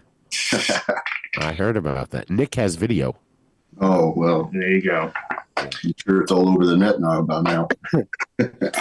We're synced up now, so it's sorry to interrupt you guys. I got a family matter. Yeah. What? Oh, you can't hang out with you guys bullshit anymore. Hold on a second. We don't even get to talk about the Grateful Dead poster. We're going to talk about that right there. Holy shit! No, we should have been talking about that the whole time. That's what Dave's been waiting to talk to you about since. I just saw it here, bro. And shout out to Diplos too. We've been dropping his name all night. No, it's right there. Oh, yeah. It's all in here, brother. Yeah, we're Grateful Dead people. There you go. This is the lab where we do the work. I knew he was a hippie. Well, that's it. I love it. Wait, can I come? I'm coming to visit. Oh, you're welcome, brother. Please. Oh, wow. Yeah, I have to run, but this was a wonderful opportunity to meet you guys, talk to you, and just exchange. Holler at me anytime if you need anything about anything plant science related. I would love to answer. And so we have his seeds on my site as well. With the code Dunn deal, get you 20% off and free shipping. So he's got a really good deal on his gear. Nice. And what we like to do episodes. We're going to find somebody who is either anti-triploid. We have to find somebody, because we love to put scientists against scientists and have a little battle royales. Oh, that would be cool. I'll prepare my arguments. The minute they're like, you're full of shit, it's like, this is going to be a great show. He did one with Kevin Jodry and Chris Levitt. That was awesome, by the way. If you guys didn't see that one, that was awesome. Oh, cool. That's awesome. Yeah. I think because it's Thank you guys, and please take care. Appreciate you, man. Thank you, guys. Take care of that. All right. See you all. See, as soon as you guys go off the tracks, fucking boom, both my guests are gone. What? Matt's gone too? Oh, yeah. He's got shit to do. They can't be fucking around. No, Matt's here. I actually am still here, guys. I'm here. He's just in the dark. He can't see. He just doesn't have a light on. I'm in a non-smoking hotel on the beach, and I'm paranoid because there's a million people right here, but I think it's all good. All right. You are paranoid. In what state? That makes it extra exciting. Yeah. Well, but I appreciate you guys. This was awesome. Definitely got stoned. Would love to smoke hash and learn more about hash. Honestly, that's probably one of the bigger holes in my game. I don't smoke a lot of hash, so I don't get super, That's the best part, is the learning curve right there. The learning curve is the best part of cannabis right there. So yeah. We didn't even talk about how this stuff smokes. Man. So the sour premix is like ostamine and terpinolene dominant. It hits like 30% total cannabinoids, 25, 26% THC. You'll find like 2 distinct phenos in there. I wouldn't say it's good for washing, but it's good for oil production. Can you guys hear me good still? Oh yeah. Sweet. And really short, stout plant like that. We really say trellis-free cannabis because the lateral branching on that shit is so strong that it holds the plant upright with no staking and trellising. So yeah, man, try it out. James Bean got them at Seats Here Now, and I really appreciate you guys. This was dope to learn and have the conversation with you guys. So I appreciate it. Anytime we'll back on, we'll come on anytime. If you're in Colorado, anytime, we got a studio there, barbecue spot. You can always swing in. Come hang out with us on the show. Sounds good, man. All right, Matt. Awesome. Cheers, guys. Thank you again. Bye. Thank you. Oh, look, Uncut Bush is here. It's official. So was that a gross estimation of the seed size, or was that just? Yeah, bro. That was not quite that. I was hoping that it wasn't like an apricot. A little too big. All right. But in general, it sounds like you got the seeds there. They look huge, or what, James? I don't open the packages. Or was he talking about the other one? Good answer. I think he might be talking about a tetraploidal $10,000 package of seeds, maybe too. That might be they did say that the seeds are bigger, so I'm sure that they mentioned it because my next thing were are they white? Because like the freak show seeds were white, right? And everybody freaked out about them. And I'm like, well, no, they were all white. It wasn't that they were earlier that they're bad. No, that's just the way they are for sure. Because I just made a bunch too, and they were like, but not all. Like art freak show, they're not. But if they're full blown, they are. Wow, so you can like sort them out before then. You can see them almost. That's kind of cool. Yeah, for sure. Because the other ones I had, which were freak show hybrids, the seeds look normal, but then the plants on those ones were also much more normal than the other. They weren't the full blown freaks. But when I BX'd it and made seeds from those seeds came out like huge and white. You know, you've got to get like a face-off cross and have like the freak off. There's a joke there. You know, you got like a freak off. There's some. I know. There's all kinds of freak shows you can do with these things, especially you, Adam Pun. Adam Pun, yeah. There's got to be some serious freak crosses going. You know, the thing is, speaking of which, somebody dropped the Diddy tapes. Out pretty much. Like Diddy's not even interesting anymore. Nobody cares. Like what? I just heard the most recent Jay-Z, Diddy, and Meek Mill tape. It was. Is that what it sounded like? It's pretty bad. It's pretty bad. Slapping. Well, I don't think that's very interesting. I'm not really interested. Why do we care about that, James? Because they're famous rich rappers. That's not supposed to be happening. Who gives a fuck? Okay. I think a lot of people would. And how do you know that wasn't Bieber in there too, right? See, it could have been. Look, they fucked up Bieber. Bieber sandwich? Yes. Yes. No. Oh, you mean they were Bieber? They were human centipodding Bieber. Well, you know, just saying, it's bad stuff. Why didn't we didn't ask him at all though. I really didn't want to bring up I was off for a little bit, but the whole Ed project with Humboldt seeds in Morocco that failed. You know, I mean, I'd like to know what happened. I brought it up to him. You know, you're coming to market with this, and we've already got a bad taste in our mouth because last year we had the situation with it, and although they made it right, and they're still a good company. I just think they're a little bit early to the party. Like they just maybe rushed it and just didn't have all their testing done yet.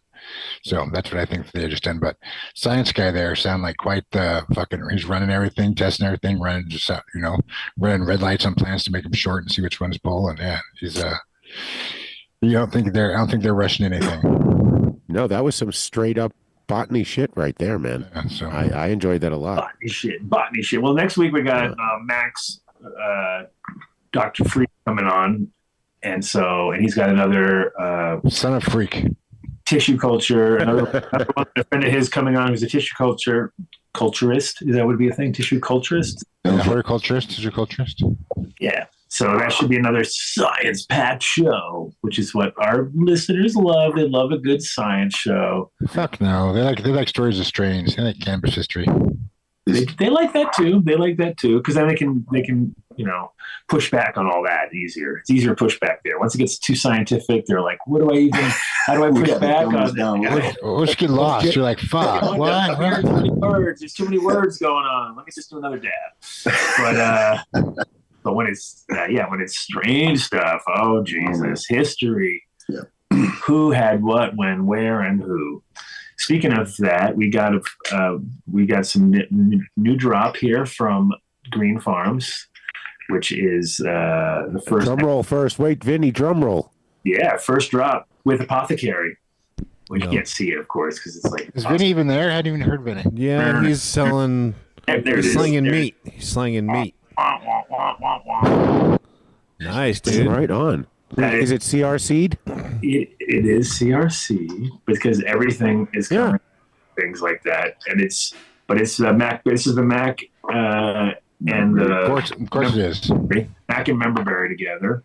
The other one's the Tropicana bananas, the Jet Fuel gelato, and a cherry gelato, and I will be bringing those to you. I have a set for you guys. So let's put Uncut on the spot. Put him in front of him and let him tell us what he thinks of the nose on them.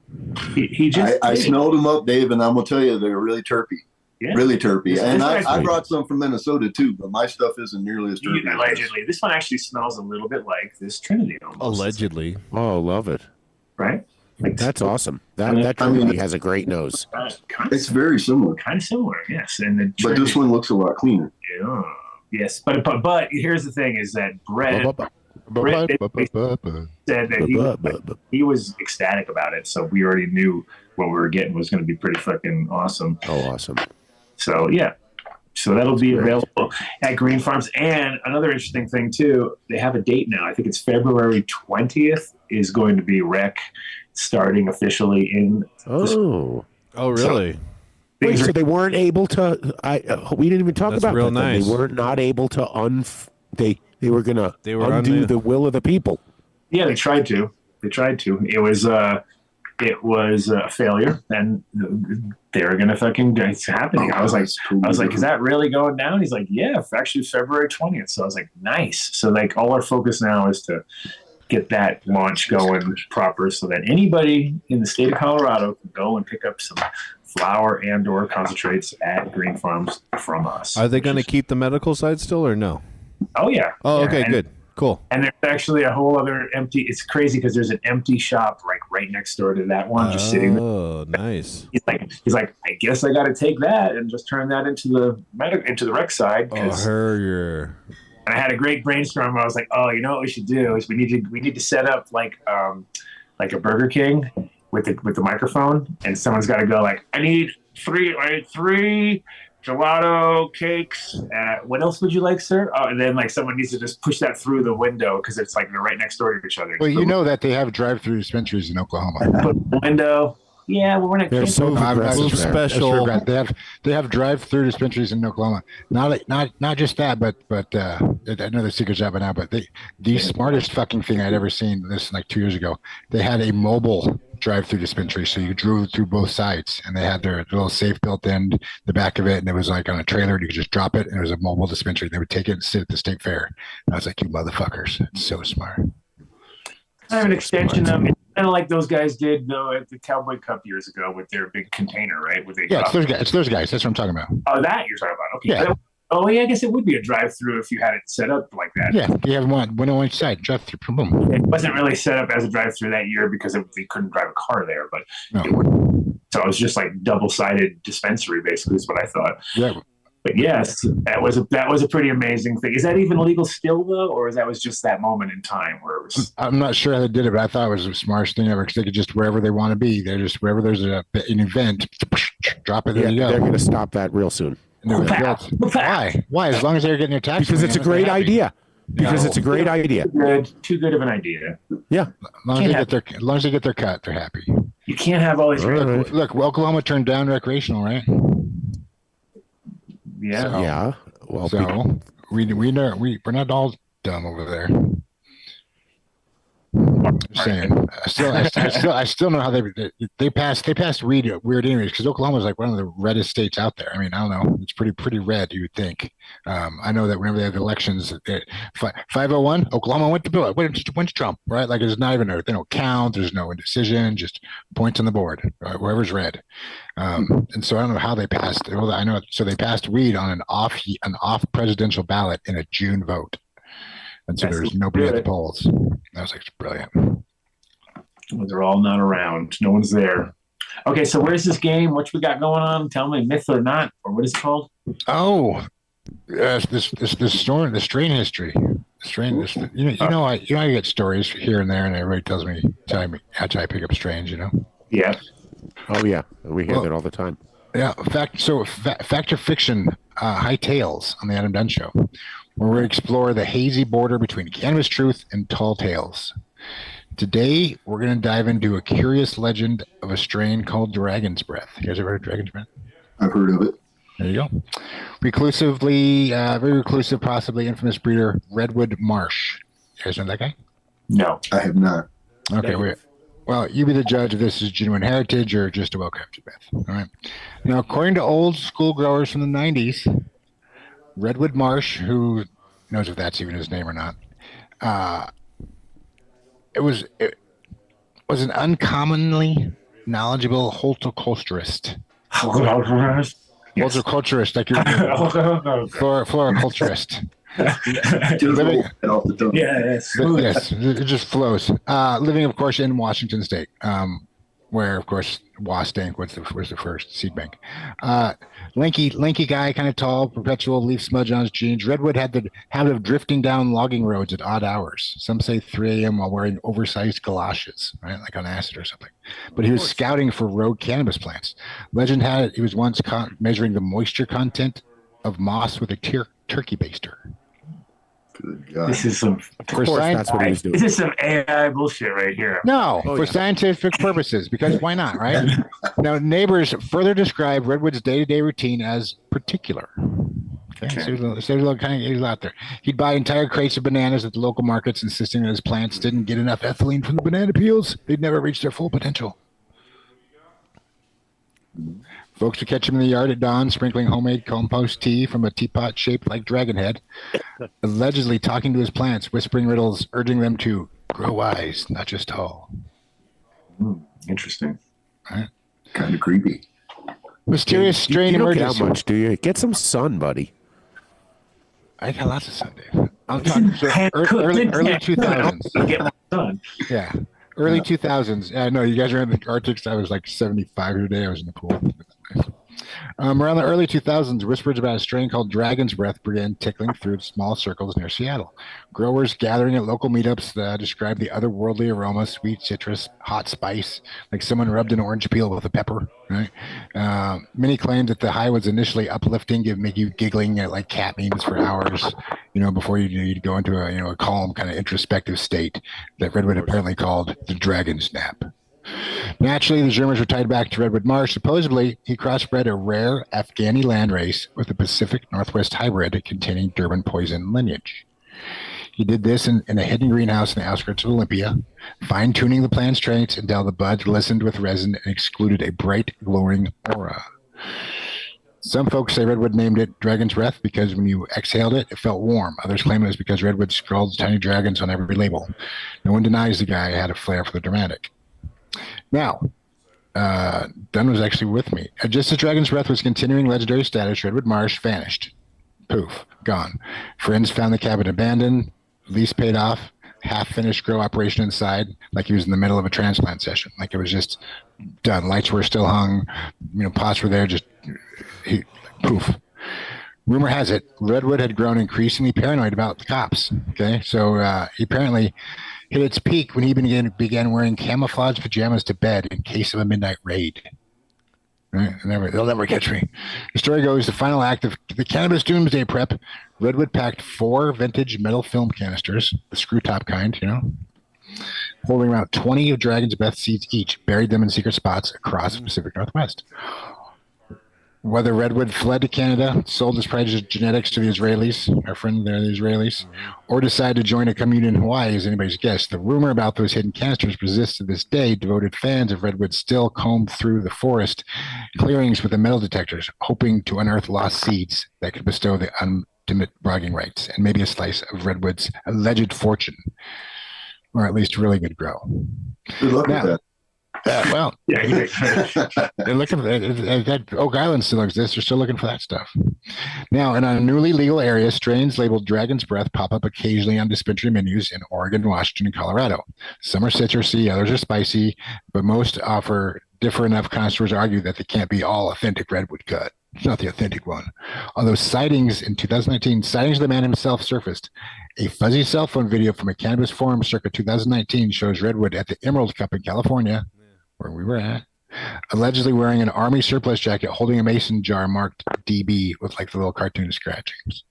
The camera jolts, Redwood seems to notice him, then disappears off in the crowd like Bigfoot, right? Not long after, the original forum thread mysteriously vanished, fueling all sorts of conspiracies about Redwood's super secret breeding empire. Let's just say Redwood did do himself any favors by simply tweeting, "I'm alive," pops up on his Twitter. Meanwhile, in the lush forest Pacific Northwest, enthusiastic treasure hunters and more than a few bored college kids still look with metal detectors, dreaming of uncovering Redwood's stashed film canisters. One local news station even did a tongue-in-cheek segment on it, interviewing a man who claimed he had found something metallic, only to open up a container and discover a bunch of Skittles. Right. Taste the rainbow. Taste the rainbow to disappointment, folks. Taste the disappointment with a little note that says, "No, it's not dragon's breath." Exactly. Ha ha. You know what really sold that story, James? I'm not done with it. I'm not done. In front of you. I'm not done. So, are we dealing with a legitimately strain created by a quirky genius who literally talked to plants by candlelight, or some inventive marketer fabricated the redwood marsh to drive up seed prices? Right. Which one is it? The puzzle choice. Yes, that's the puzzle we lay before you. True believers argue they've smoked the real dragon's breath, dazzled by its perfect combo of euphoria and relaxation. Skeptics say redwood is cannabis lore, a modern spin on the mad scientist legend that keeps old school growers swapping stories. You decide. Is dragon's breath a hidden gem, developed by a passionate banana-hoarding horticultural wizard who fled under suspicious circumstances? Or is it all stoner folklore, complete with treasure hunts and mystical seed canisters that might just contain expired candies? Anyway, but I'm going folklore. Oh, folklore. Yeah, definitely folklore. I want to believe, though. Either way, the Smoky Saga keeps cannabis community buzzing, and after all, in an industry full of tall tales, sometimes the mystery that keeps us going back for more. All right. So that's what we got. James Agent Mulder Bean. Let's talk about ones we know more about. How about Trainwreck, for instance? That's a good one, because what have you heard for folklore of Trainwreck? Because I have heard many stories. I know what I know. Wait, James, what do you know about it? Well, there's a few. So one of the Trainwreck is like. It's not a train wreck because you got so high that you got hit by a train. It's a train wreck because it fucks up your whole room and everything falls over. That's for sure. Well, from a grower's point of view, it's definitely that. I think that's like when you open the room, it looks like a train wreck because you have this buds on top of buds, kind of flopping around. Has no structure as a plant. It kind of grows sideways. So this is the E32 Arcata train wreck cut, which is the train wreck cut, and it has a very specific. Which you have release of, correct? I can't even get. I can't show it, but yeah, like a little. It's like it hangs left or something. You know what I mean? The plant this never grows straight. It grows. James understands that. Look at his old career. Yeah, exactly. Porn career. Go back to your porn career. You might have pre-rolls. Hang left, or exactly. Exactly. But.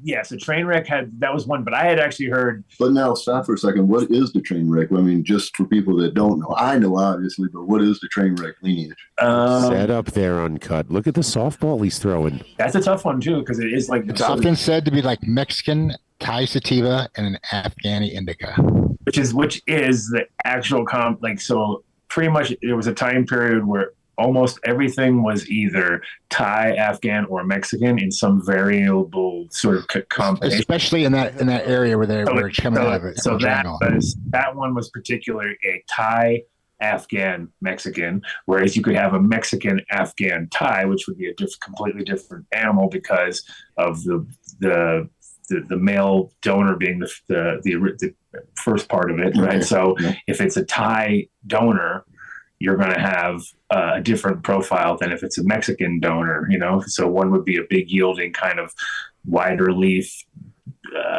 more, hashy kind of indica leaning. Yeah. And the other one would be much more of a high altitude Thai variety, which would be very uppity and very terpenoline heavy. And so they were called TAMs, right? So as a grower, people would call that a TAM cross, right? Like Thai, Afghan, Mexican. But the particular cut, which is called the E32 cut, was from Arcata. And that was funny. I went to the grow. It was a woman and her daughter, and they were part of the original. That was like at their facility, which is like, yep, it was right. Row E number 32. It was like that basic, So and that one got passed around because it was very quick too. It was like 49-day flower period, you know what I mean? Which is, you know, from a grower's point of view, that's very fast. So 7 weeks, 7.5 weeks, done, you know? And so that's why it became very popular. And it still has that hazy sort of terpenoline leaning profile. So people would think it was more like a Durban, kind of like a Durban-esque, you know, like licorice. But then it has also very unique colors. Now, what's really funny is I got the train wreck. Are you talking about the train wreck crash story? Oh yeah, I was gonna say that was the other one too. So people would claim that it was found at the site of there was a train crash, and there was a guy who was out there, and he had to get the plant out of there before they freaked out for the cops were going to get there, so he chopped early. But then the reality is there's not a single train in that area at all. Like if you go onto a Google map and start looking into it, or Google Earth or whatever, there is no train. There never was a train there. So there's like, that story's full of shit, basically. Yeah, that sounds like false. Right. But then unlike the Dragon's Breath story, which totally true. But the funny part was okay, the color of the train wreck is a weird one too, though, because it has this sort of like muted tones to it that are not so, like, it's not a very bright plant from one side of the leaf, but on the bottom side of the leaf, it's almost silvery. It's got like a silver white color to it. And I had given cuts to my friends in Spain in like maybe 2003 or something like that. When I got somebody brought me the cut to Amsterdam, I had it. I gave it to my friends. They took it to Spain, and everyone loved it because it was so fast. But if you grew it on the hill and you were standing at the bottom of the hill and the wind would like go through the plants, it would like be like a mirror almost, and you could see it. You could see it for miles. So you were like, "Hey, what's that up there?" It was like, and it was like, and so everyone got busted, right? Not people, but all the plants got busted. They put out like thousands of these plants on the side of this one hill. And they were all telling, and like at first I was like a hero because I'd given them this cut and they loved it. They grew it indoors, saw how they loved it, and then they were like, they made 1 million cuts of it and they put them all out on this hill. And then the Guardia Civil and the guys came in and just cleared it all out one day, and they were like, cut it all down. "Oh man, I think we fucked up." Yeah. So then I was not a hero anymore. I went from a hero to not hero. At first they were like, "Yes, the black bearded guy gave us this plant. It's amazing," you know. And then it was like, "Fuck the black bearded guy sent us the cops to steal this plant." Fucking black bearded guy, he fucked us up. I'm like, "No, I didn't do it. I didn't know." But yes, it was has its own distinct personality. So that was a train wreck in its own right there. That was my version of train wreck. And then that's different than the pineapple train wreck, right? Oh, for sure. Yeah. And the train wreck with E32 is just its own thing. That's all it is. And it's also one of those plants that, so for instance, in Cali, I know that for sure in Cali, Mo had told me over years that train wreck and sage were inter swapped out a lot, like where people were growing sage but calling it train wreck because train wreck was more popular as a strain. Most people knew that, didn't know. Yeah. And then the other way around, people were selling they would sell train wreck as sage because it had enough of that terpenoline vibe and that beta caryophyllene sort of bottom that it made it like, okay, I could see that, you know. People didn't quite know it well enough. So it's probably one of the most confused sage flip-flopper plants out there, you know. That's why we made the plants confused. That's why the wreckage, which was a cross between train wreck and sage. So there you go. Which is now available at Seeds Here Now because they've just got a drop. Now. Yeah, and like I said, you guys have the biggest discount your community does that I've done. I mean, ever. So yeah, it's flat 20% plus free shipping. So holy shit! Dunn deal. Finally, the Dunn deal is better than, because I heard other people having better deals than the Dunn deal before. No way, I can never do that because you guys all talk to each other. I heard it. So like every too long, other guys will be like, "Hey, so and so has a better deal." Double deals. Yeah. What about your double deals when you fuck up and everybody gets double? Isn't that what is that the new deal? Oh no, that was his old career. That was his old deal. Yeah. No, his old career when he did doubles. Everyone's a power bottom. It wasn't when I would fuck up, when they steal my mail. When the mail bottom would fuck up. When you mail bottom? What? I mean, what? What, David? Dave, come on now. Come now. I'm down, Dave. On now. So, Seeds Here Now, 20% off. Did you write a big script for Mark? I mean, did Mark come up with something to read tonight? No, Mark is pretty catchy. He generally can, flow with that shit off the top of his head. So we'll see. He doesn't even. It's not like he ever reads anything. So, and he never sounds like he's reading. Once I get in my flow state, I can do some ads pretty good. Flow from the top of my dome. You sound like that. Why would you do like pre-recorded? Pre-record them. Wow. Yeah. Let's down. Push play. Why would we ever want that? We want to hear Mark, just speak from the heart about how he feels about Seeds Here Now. Exactly.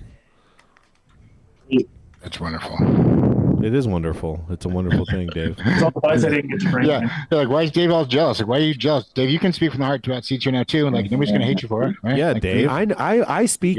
I tell everybody about Seeds Here Now. There it is, Uncut Bud Cam. Hey, we should give Uncut a little bit. I mean, what's going to happen? Is he going to be stuck up there for 4 days? That's pretty much. Way to be optimistic. It's not optimistic. It's the way it is where Adam lives. Well, he can't get to the end of his driveway. While we're talking to Uncut, we'll go to the Uncut Bush Bud Cam. Bud Cam. Yeah. We should. It looks juicy. Yeah, it's pretty good, right? Yeah. James, will you use your power of verbiage to write a little something for the Uncut Bud Cam every time it comes on? A little catchy. No, Dave. Little thing. No, Dave, you're going to do it right now. Yeah. Be catchy, Dave. I can't. Not with Uncut Bush. Doesn't really sound. It doesn't work. It's like. It's. What are you talking about? Just you use it. Make a rhyme out of Uncut Bush. Go ahead. Just ask ChatGPT. It's very easy. You say, "I need the words." I don't want to do that. Dave. Why don't you do ChatGPT? Yeah, David. I'll ask James to do it. I'm a grok guy. Speaking of grok guys, let me show you. I'm going to send Mark all the photos from. I can get to them. When I did the flyer. Thanks James for inspiring me to use my powers of to create ridiculous images. It was very tough for me to share that wisdom with you because I know that you're just gonna make fucking horrendous shit. Like it's fucking so funny. Like I can only imagine the shit you're gonna do. So yeah. Well, so I knew that. So I had all these elements to work with. Okay, so we got the Trilogenes or Trilogenes or however you pronounced it coming on. So there's 3 guests. We got you, them, which. 2, but you, them, and we got Uncut here, and a polar vortex, right? So I'm like, how do I incorporate all these things into an image, which I just sent to Mark, I think. Did I send it to you, Mark? We're looking at it right now, dude. Oh, there you go. Did you instruct it? That was the one. But the funny part is the mission to get to that, because I was trying all different. They were coming out so bad. And I'm going to send some of those to Mark. Did you use any real photos of Uncut and Bean to make it, or you just use words? Okay. Just words, but basically it would be Uncut's on the left, right? And James Bean's on the right, and the Trilogene guys in the middle. That's what it turned out to be. And I think they're pretty cool. I think they're pretty on point. I love it. Yeah, it looks just like me. It's a striking. Yeah, totally. It does. I was like, oh wait, is that James Bean? Well, that's what I thought. That's what I was like. It looks exactly like James. He gets more sun. He's like missing all the facial hair, so it's kind of hard to get him. And I didn't know what the other guy looked like. So I just really did it because I thought that looked so much like James. Why didn't you give the alien some facial hair then? For James? Just be thankful for what we have. It's just not possible. I couldn't go deeper into it. Why not, dude? You ever see an alien? Sounds like it's not that good then. Yeah. There's no aliens out there. No hair on the aliens. Mark, weak, bro. Weird. They're completely aliens smooth. with facial hair? Yeah, why not? Arians. No All way. aliens are like swimmers. They got completely smooth bodies. Look at Luke Skywalker. They're aliens. They've solved the facial hair problem. Oh, they did. Yeah, they're genetically modified. Oh, 100%. They have 3 heads. That would be a lot to shave every morning. Grok is a They grok. don't have genitals though, so what's going on here? Maybe they have 3. Maybe. Maybe Dave knows too much information. Ask James. Maybe he's done work with them in his former profession. There was a lady that called earlier too, Dave. She was asking about a key to the lockbox in the wherever it is at the police station that has all of the evidence. She said that you would know what I'm talking about. There you go. She's looking for the key though. Dave. Okay. Yeah. You know what he's talking about? I don't know. Yep. James has it. Lockbox for evidence. Dave, what the fuck you have then? Yeah, I don't know, Dave. She just said you know. I don't. What? Oh, she said you would know. Yeah, this one. Yeah. Some missing evidence. Okay, so I'm just waiting for pictures from Adam. No, I couldn't get to it. Oh, good. Okay, good. Oh, what? Yeah, that's good. But Because I don't like waiting for pictures. It's fine. I know. I'm going to send you, but I'm going to send you videos for later. Yeah, for Patreon, right? That's right. So in that, oh, great. Right now, so cool. Let's blast into our. It's time for the ads. It's time for ads because me and Vinnie are here at So High Cafe, 4300 West Alameda. We have some burn-ins. We have a rack of ribs. We got some home-style mac and cheese. We're recording the Adam Dunn Show live in studio right now. You can come on Fridays. Come check it out. On Sundays, you can come check out Sports Fiends. Probably not this Sunday because, it's cold, but maybe. Maybe. I don't know. Game's on. Never know. The game's on. Why not? There's going to be some football. I heard you guys promote podcasts over there. We do podcasts.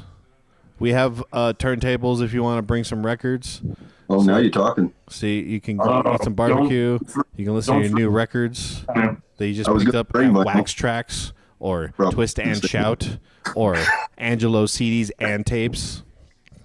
Or you can buy my kids' album for $10. Oh yeah, we got records here that you can buy, and actually, I'll bring a crate soon here that will be free. Don't sell them. Take donations. Kids' album or yeah, the cheapskates. For $13.99, Vinny will become your pen pal. Yeah, but always give him a call, and he'll let you know if he has some food that day because it's all small batch barbecue. So High Cafe. We put Ozo coffee and all the spices. So the code is still Dunn Deal 2024. So you go to ozocoffee.com, pick what you want, go get the subscription. So now is it just coffee or is it coffee get me high? No, it's just coffee, yo. But but it'll turn you off of every other coffee you've tasted. That's what happened to me. Yeah, it'll break you. Coffee now. So the other side, I will have to say that we bought coffee in Oklahoma because we ran out of Ozo. And we had to buy some, and it was this air cured or something, or air fucking roasted, but it was fucking good, dude. I was like, whoa, they killed it. I don't want to find out. They did really good. So there is an actual good coffee out there somewhere in the world. There is another actual good coffee. Good. Consistently. Ozocoffee.com. Dunn Deal 2024 at checkout. It's the cleanest drug out there. Yeah. All right. Buildasoil.com. You give them a call at 855-877-SOIL. They'll answer any question you have about growing almost anything. Tell them you heard about it on the Adam Dunn Show. You'll get 10%. You can go to their website and check everything out. Shout out to Mom, of course. Don't forget the ferments. Don't forget those ferments. You can't enter Dunn Deal online. You got to give them a call to get the discount. I like me some ferment. Ferment, bruh. Yotip.com. I used one tonight, smoking a joint by myself. Wow, look at you. Right here. You don't even trust his own stuff. I don't try. No, it's a better way to smoke. It makes it hit better. Okay? It's like putting a garden hose in. My left hand was doing 5 minutes ago. Like I said. And is going to take care of it. This is why we don't have any advertisers. You make fun of their product instead of supporting the product. Even if you don't like using it, if you don't smoke with a bunch of people, when I smoke by myself, I just roll it into my joint, and it's it's amazing for a tip. Like it just smokes better. If you go to yotip.com and enter Dunn Deal at checkout, you get 10% off. I'm 5 days no cigarettes with one. But yeah, we won't. Vinny uses it as a smoking cessation device, apparently. Yeah. Oh, I see. It's supposed to go in that end. I've been doing it wrong. Cold and flu season. You want to keep yourself safe, so you use a yo-tip anytime you share a joint. Yotip.com. I'm saying out my friends here. Don't mind me. Greenfarmsmed.com. Going rec in the middle of the month. Going rec next month. Next month. Yeah, next month. Middle of February. Whatever, dude. February 20th, actually. Okay. But yes, check out Green Farms. If you are a medical patient, you can go there now. But in about a month from now, a month and a few days, you will be able to go anybody at 21 or over. And we'll be supplying our own product there, which is awesome. And those joints will be getting about twice as big, at least, maybe even 3 times. Wow. Hey, James, with your super knowledge of AI, could you make a better Green Farms page right there for them that has a much fatter joint before we have to ever see that again? They sound like the .3s. Oh, look at you trying to compete with my 3-headed alien, huh? I got you 3-headed alien with a beard. With a beard. Oh. Greenfarmsmed.com. That makes it totally unbelievable now. Holoshealth.org. Just tell them you heard about it on the show. You'll get 20% off your med card or your microdose mushroom therapy. Green Bros. The best post-harvest devices in the industry. Just go to greenbros.com. Give them a call. Tell them you heard about it on the Adam Dunn Show. They'll take great care of you. Giving Uncut a tour tomorrow of the facility, so he's going to see it in action because we got a harvest coming down. I can't wait. Oh, yeah. Let me know when you make it to Denver. It's going to be fine, dude. 2.5 days. No one ever does anything in the snow in Colorado. We're taking the heli. Yeah. Greenbros.com. No one's supposed to know. Apothecary Farms. If you're into concentrates and you're in Denver, Oklahoma, go check out Apothecary Farms. Especially if you're in Denver, go check out that Federal Boulevard location. Tell them Mark sent you. You can get the BHO product, which is some ambrosia. You can get live batter and ambrosia, which is diamonds and sauce of that stuff. And then they have 2 tiers of rosin, all quality to cost ratio is very good there. So you want to check it out, Apothecary Farms. Tell them Mark sent you. Yeah. Mark. Just Mark. Dabex. Go to dabex.com. Some guy named Mark sent me. That's what you said. They're the lowest prices for their Dabex Go ever. It's $199. You enter Dunn Deal at checkout, and it's $159 shipped to you with a cleaning kit. It is by far better than any other electronic dab rig out there. You don't have to clean it out after every hit. You load fat dabs, and it hits first time after again and again and again. And go to dabex.com. Only thing I gotta worry about is when it's super duper cold. You might have to run it a couple times before it actually gets to the 100%. point your lips because I tell you what, it's really easy to use while driving. Whoa, Dabex.com. 14erboulder.com. The views of the guests do not reflect the views of the Adam Dunn Show. Anyway, 14erboulder.com. responsibly. Done deal at checkout, 20% off everything you get. Not fitting the cup holder perfectly. I guarantee. Oh my gosh! My car does. You want to pick up some latkes? With the keys in. Yeah, never lock the doors with the engine running at the gas station, with 2 feet away. Everything out. Yeah. Try not to. That's the Don't only do that. Don't do that. 8-gram tubs, 4-gram tubs, rosin. Their BHO is processed by Apothecary Extracts. Oh yeah. Their gummies are made by Dialed In Gummies. It's all 14er product. They stand alone. I was saying the other day that with the Green Farms accepted here, you could take somebody blindfolded. We could take Uncut right now to 10 different dispensaries. If we didn't let him see the doorway, he wouldn't know the difference. They all look the same. They all carry the same products. 14er only sells products that they grow themselves, process themselves, or it's put into the gummies or the tinctures. So 14erboulder.com, done deal at checkout. Not only a promoter, but I'm just going to say they really got good products. I'm a user as well. So Yeah, of course. When you're Uncut always visits there every time in we come to Colorado. town. Yeah, every time. Stundenglass.com. Done deal at checkout. 23% off anything they sell there. They're double-ended and gravity-infused Grateful Dead logo one is what we have in the studio, and it hits so hard we rarely use it on the show because it just makes everybody stop talking. So you go to stundenglass.com, done deal at checkout. RockyMountainHigh.co if you're in Denver, and I guess they have a North Glen, downtown, and Durango, Montrose, Wadsworth locations. Check out RockyMountainHigh.co for your concentrate and flower needs. They sell Wana. I know they had a good deal about a month ago, but I bet you they still have some good deals, so go check it out. RockyMountainHigh.co. Rocky Mountain High. HortitechDirect.com. Tell them you heard about it on the Adam Dunn Show.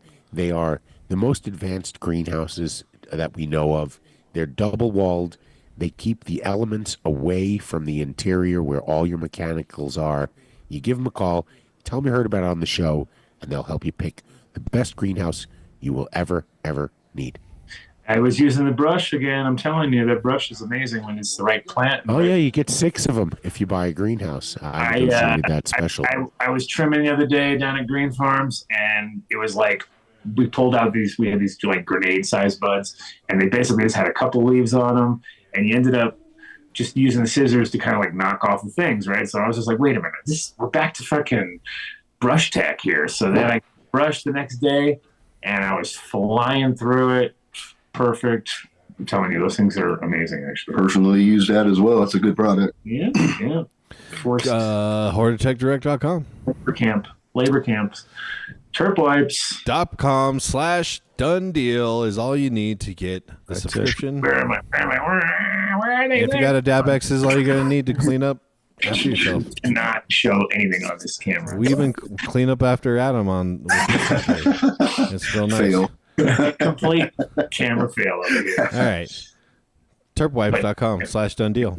Oh, better get it. Numb nuts. Still haven't got mine. Wow, dude. It's down there just infusing itself. Wow. Oh, that's right. So you go to numbnutsco.com. I'm already halfway through my jar. No. Oh, yeah. Numbnutsco.com, done deal at checkout, 20% off any CBD nut butter. If you are a medical patient in Colorado, you can find their 1,000 milligram tubs. You said nut butter. Nut butter, baby. Yeah. Oh, yeah. CBD shipped to your door. You're such a THC juvenile, James. Dispensaries. Numbnutsco.com. BoulderBuiltCannabis.com. Tell me you heard about it on the show. They're the former Boulder Wellness building, it's like 53rd in Arapahoe. Their flower is fire, absolutely fire. You want to try some amazing varietals, you go to Boulder Built on Arapahoe. Tell me you heard about it on the Adam Dunn Show. Sunscape LED. Just give him a call. Tell him you heard about it on the show. He'll take really good care of you. His lights were designed and engineered for the Chinese mining industry. They just don't fail. They say 1 in 1,000, but I don't think they've seen failure yet. So they're so safe that Adam uses a pressure washer to clean them. Witness to the lamps today. Yeah, we checked out the lamps. It was a girl. I'm telling you, the controller that takes out the spectrums is amazing. Yeah, so you can sit there and nuts. Fine tune it to your heart's content. Get your free light plan at Didn't pay Uncut for that at all. Just gave him a place to sleep. That's about it, James. And I even got that as well. Jerome Baker. A legend in the glass industry. He was a 7th student of Bob Snodgrass, who's pretty much credited with starting the glass revolution. He served time for all of us. So it you know what, makes a great gift any time of the year. Get your older stoner a nice bong. JeromeBakerGlass.com. Get your older stoner a nice bong. Oh, get ChatGPT right on that, James. Get on it. No. I'm gonna try and do this one off the top of my head here. Let's see. Wait, hold on a second. Do you have the T-shirts yet? No. Do you have the T-shirt made? T-shirt made. James. No. James here now. All right, Dave, you're ruining my off the top read. What do you think of Seeds Here Now, Mark? What?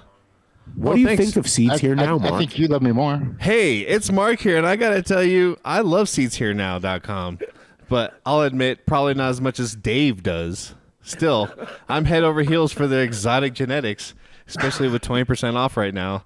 There's one deal you don't want to miss, and if you're a flavor fan, you've got to check out their chocolate flavor seeds, also 20% off.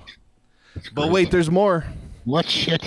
What? Are you kidding me? Yeah, I'm not kidding you at all. No. Right. They've got triploid seeds for all of those of you looking to really level up your grow game. And best of all, shipping is always free. So whether you're stocking up for a new project or just adding something special to your collection, seedsherenow.com has you covered.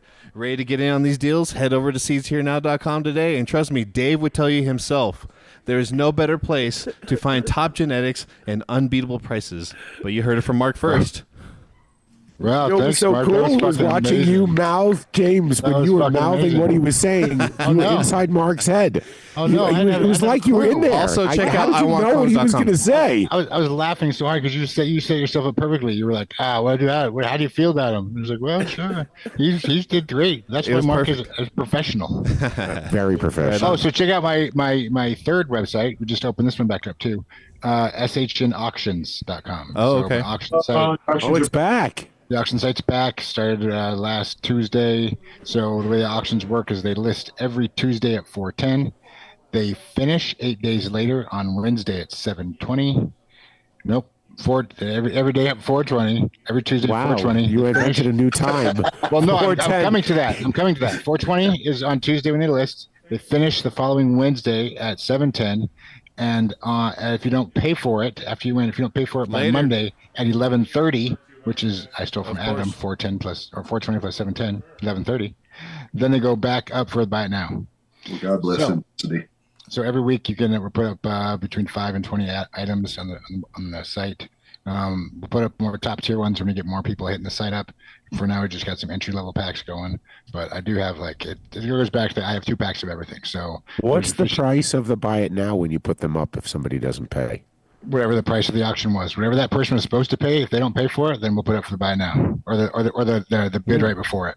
And then we shame. Yeah, you want to go to the bid right before it because what if it's a douchebag who's just pumping it up? Yeah, not a problem, of course. And then, like I said, and so we have a snipe, no anti-snipe. So if you bid, it gives the other person 5 minutes for them to bid against it. So sweet, but yeah, so you don't get locked out. But there's 5 packs up now. But as we get more people hitting the site, we'll do more packs, and I have plenty of packs. SHNauctions.com. James, wasn't James Bean's Vault your porn name? No, that was the Vault of James Bean. You sure? I'm pretty sure it was James Bean's Vault. No, it was the Vault of James Bean. That's where I kept all my other freak-offs. No. I'm thinking it was your vault. No. So we gave you lots of great ways to get discounts on seeds, but if you want to get a free pack of seeds, you just buy one of these jackets, take a picture, send it to Adam, and he's going to send you something. Uncut wearing one right now. I'm telling you, that's the coolest jacket yet right there. And we got different colors. There's different colors. But there's nothing better than black and white. Come on. Yeah, black and white's kind of traditionally. It's for the show, guys. Come on. Yeah, so and like it, Oakland. Yeah, you won't get beat up by Oakland fans at least. No. Whoa. No. Hey, we moved to Vegas now. One fan you won't get beat up by. Still going to be hassled by Philadelphia. You send in a video with the jacket and a crip walk, you get 2 packs. Ooh. Wow. Now, Dave, you give away some more seeds since you guys love doing that one. Yeah, Dave. Okay. What do you have around the house there, Dave? Just come up with something to give it away. Okay. Well, you guys ready for some Polar Vortex? I feel like that's a great band name.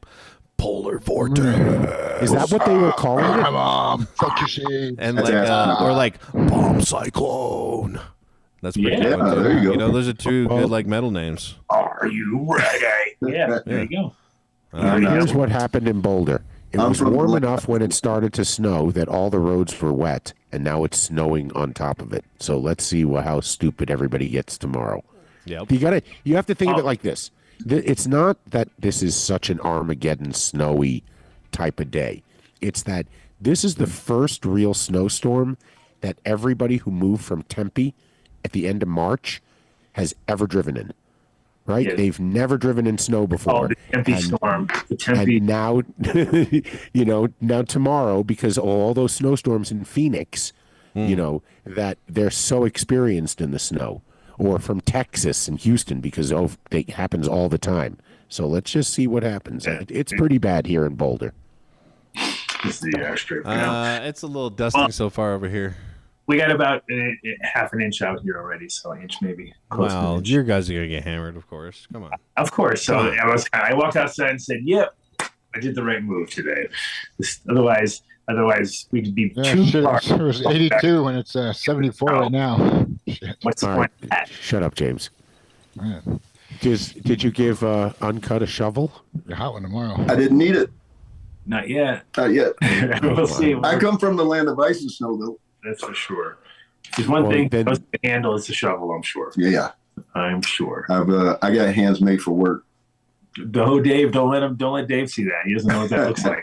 Oh, yeah. He's like, hands work? What do you mean? I don't even do Hey guys, so I got a family. I got a dinner I gotta go to. You do not? No, you don't. Later. It's been great. Appreciate it. You have, did he just say he has a family? All right, yeah, well, have fun at your family obligation. Okay. Yeah, okay, say hi to the kids. What family obligation? Huey, Dewey, and Louie. Oh, yeah. God. All right. Okay. Hasta la Ignis. Oh, we're done? Okay. No, hey. then I invited you. No, we have 6 minutes left. What are you talking about? You can get back to your game in a minute, Mark. Well, yeah. I'm just trying to get to Patreon, Oh, come on. Is there a basketball game tonight, Mark? Yeah, it's already. Yes. We're already at halftime. Oh, for frick's How you doing? It's not doing very good. Yeah, we're you doing sound all right. grumpy. We're doing good. You just. How many points behind? You just settle down now. How many points behind? How about you tell the people about our Patreon? How about you tell me how many points behind? How about you just tell me all about the Patreon? Tell me how many points. I don't know the points because I wasn't. Siri, I was actually, what's the score of the Denver Nuggets game? What is it? Okay, it's 67-55. We're beating the Miami Heat. This is good. Oh, okay. We're already so bad. Oh, you don't want to No, because I was doing ads. I was actually doing my, No, I know what it was. Job. And if you're too cocky, you're going to get beat. Yeah. So you're trying to be anti-cocky. Keeping all the bad. That's right. Away. Yeah, I see what's happening. Mm-hmm. Yep, that's right. Are they doing good, Mark? I haven't been keeping up with the Nuggets. Yeah, no, I mean we had a really we dropped the ball the other day, but other than that, we're pretty hot right now. If we win this one, did you not play well, Mark? I didn't do well. I did really bad. They've done studies, But we've only lost one game out of the past 6 if we win tonight. What's with the we and we only? Well, because me and the team, we're really tight. They asked me. Like we win, they lose. Like when the game plan failed in Houston, they called me up, on their way back, and they were like, "Hey, Mark, what did you see? What did you see, and how can we improve?" What did you tell them before we go into town? And I just gave them a little pointers. I'm not going to give away everything. That's my job, Dave. I consult for the NBA. So yeah, appreciate you. Yeah. So I'm just totally tuned into the show on Sundays. Yeah, totally. No, I love what you did with the Nuggets, man. Seriously, they went from 0 to pretty fucking good. Yeah, it's it's when you start listening to what I got going on, that's when you start winning. I make winning teams. All about winning. That's when they lose, are you devastated, I Mark? include myself when I talk about the Nuggets. No. Remember, Uncut. We win, they lose. Oh, I get it. Anyways, but if you're into like weed. And they're not they. If you're into weed, you can come into Adam's Grow. Basically, if you go over to our Patreon, you can get in the Grow videos.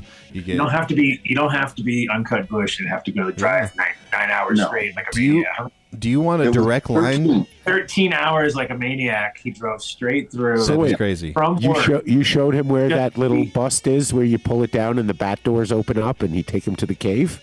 You showed him the cave? Actually. Oh, yeah. I showed him that you have to hit the remote and the waterfall stops and through the waterfall and down the thing. Yeah. He's got it going on. He's done. He's actually been here before. This is not his first rodeo. It's not his first rodeo, man. And lucky. Let me ask you a question, Uncut. How much work has he put you to already? Oh no, I had to get sleep, Dave. I left right from work. I gave him a list actually when he got here. He did walk me around to all the spots that we're going to be at. I said, "Oh, we're going to do this over here, and then I need to do that over there, and then maybe one of those over here." And it's going to be the coldest day ever, so that'll be perfect because you're coming from Minnesota. So for you, it's actually the warmest day ever. So it's like it's a complete opposite. He didn't even bring a coat with him. I bet. Nah, it's like I have them. They're in the car. Polar. I got out of the car this morning, Dave. I put my stove right up on the front of the car. I came out. He was cooking, and I was cooking my dinner right on the front of the hood. I guess it was. You're such a fucking hillbilly. I know. It was the roadkill he hit in Kansas. What was I like it? to call myself a survivalist. It's a was it armadillo brisket. you drove over? Yeah, a little roadkill on the way. No, actually what I did is I brought some hamburgers. So I got some hamburgers and some beans, the typical crossing to the west type of food. Well, you weren't going to find hamburgers at Adam's Farm, I can tell you that. I was so smart. Yeah, he was like, I better prepare this I next know why I time. brought my It's a own. BYOB situation. He will have a tempeh burger for you, or maybe some tofurkey or something. Well, No, he knew better. He knew No. better after the first trip. Oh, I better bring my own barbecue. Right? Wait, so let me ask you a question. When you say it was on the front of the car, was the hood open? No, and the engine on? No, it's literally a big oven. So it took up the front of the car. It's got burners on the top and everything. It was dope. I'm pretty sure every one of his neighbors that rode by was like, "Yeah, what the fuck is this guy doing?" Oh yeah. And when is he coming over to our place? Yeah, I was a little bit out of place, but you know what? Got her done. It was the bluest sky out there this morning. It was gorgeous. Yeah, it was and the temps were and I nice. came out this morning and he was there, and I go, "This is actually the only nice day while you're here." That's exactly what he said. He said it looks like this. It's going to be shit. It's going to be shit, and then it's going to get worse, and then it's going to be absolutely horrendous, and then it's going to be a little bit better. I'm not scared. Go. I am not scared. Yeah. Not even a little. No, I So know. If there how were about ever a good place to be broken, you're going to be right here. Exactly. well, let's talk about us all having breakfast on Tuesday when you're still in town. Okay. I'm down with that. Big breakfast. Oh, ADS breakfast. There you go. Now we're talking. Dude. There you go. At the Denny's right by the spot, dude. At the Vinnie's? Is there still Denny's over there? The Vinnie's. At the Vinnie's. At the Vinnie's? Vinnie's, yeah. Yeah, we'll do it at the Vinnie's. Never mind. We're doing it at the Vinnie's, bro. I'm cooking it. I'll cook up stuff. I'm down. I got 2 hands to cook too. I'll make it. Sweet. Or we can cooking go up none. somewhere and make a big Will mess. bacon be served? I won't be Well, there. of course it'll be served. You guys are BYOB, gonna have a great it's time. BYOB situation once again. For you and I, Bring your Dave, own bacon. we'll get Bring your bacon. own burger. I'll bring we'll bring the whole baby pig, and we'll just Hey. do everything right there. a big little hole and we'll just roast slap it a couple times. Play with it for a little while, and then Make sure it's. yeah. Pose it in some weird positions and All take right, if you pictures. guys want to hang out with us and continue this amazing conversation that we're having, which is so enthralling. Do you want a it's all direct line joking. to the crew? Then you get a direct link every Patreon episode. Dave's the party guy. Listen, all joking aside, it really is a way to watch a grow room every week, the progression, week after week. Or You not. can't hide it. Or He's laugh up walking there. through it. Sometimes he fucks up. And sometimes he pictures fucks from up, our doesn't send cronies. anything. I tell you what, We you're always gonna look see at right Marky now Mark. is Venus Marky Mark's grows photos really from guys Cali. on. Well, come soon. That's for sure. Exclusive DJ mixes from yours truly. I didn't take the video from that one. And we get to But, see pictures from. Best part is that Uncut's been here. He hasn't even seen half of what season. This is all. He went right to bed. Dun, dun, dun. And I was right below him at the moment he was sleeping, so it was even better. Which I couldn't understand. Listen, he gave me Whoa. Wow. That's That's crossing the line. Patreon. That's Patreon talk right Yeah, there. you were right boy. below him. Yes. Okay. Good God, y'all. Yeah. All right. Okay. All right, guys. See you on Now you know what happens on Patreon. Yeah, that's what happens on Patreon. You guys gotta go check it out. Whoa, that's exactly what happens. Is the landlady coming or no? No landlady? I don't know. Why don't you guys hit her No, up? she I better guess. not drive. Let Well, her zoom in. No, she better call in. Oh, it ain't no bad. Did you send her the link? She gets the link every week. Okay. You just- still have to ask, Mark.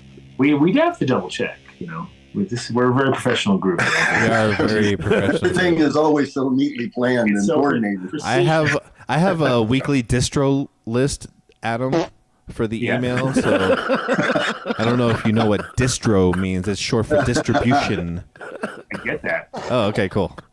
Cool. All right, Mark, excuse yourself. Fart sounds are cool. All right. We'll see you guys at Patreon. So I'm going to disappear and Get that from like when you did the. And what is the background there? Is that the George W. Bush speech?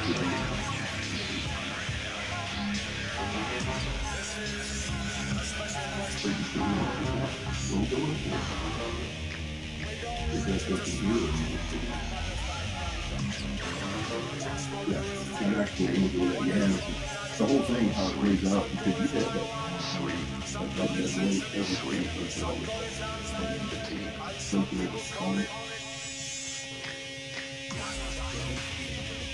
Dude, do the harmonic, dude. Do the harmonic. wow, wow, wow. Cut. Uncut. Uncut.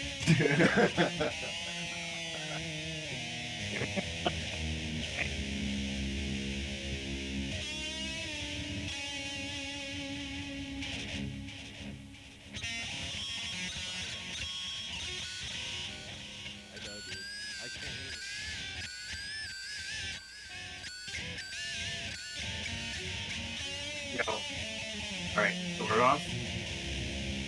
No. God damn it. Okay.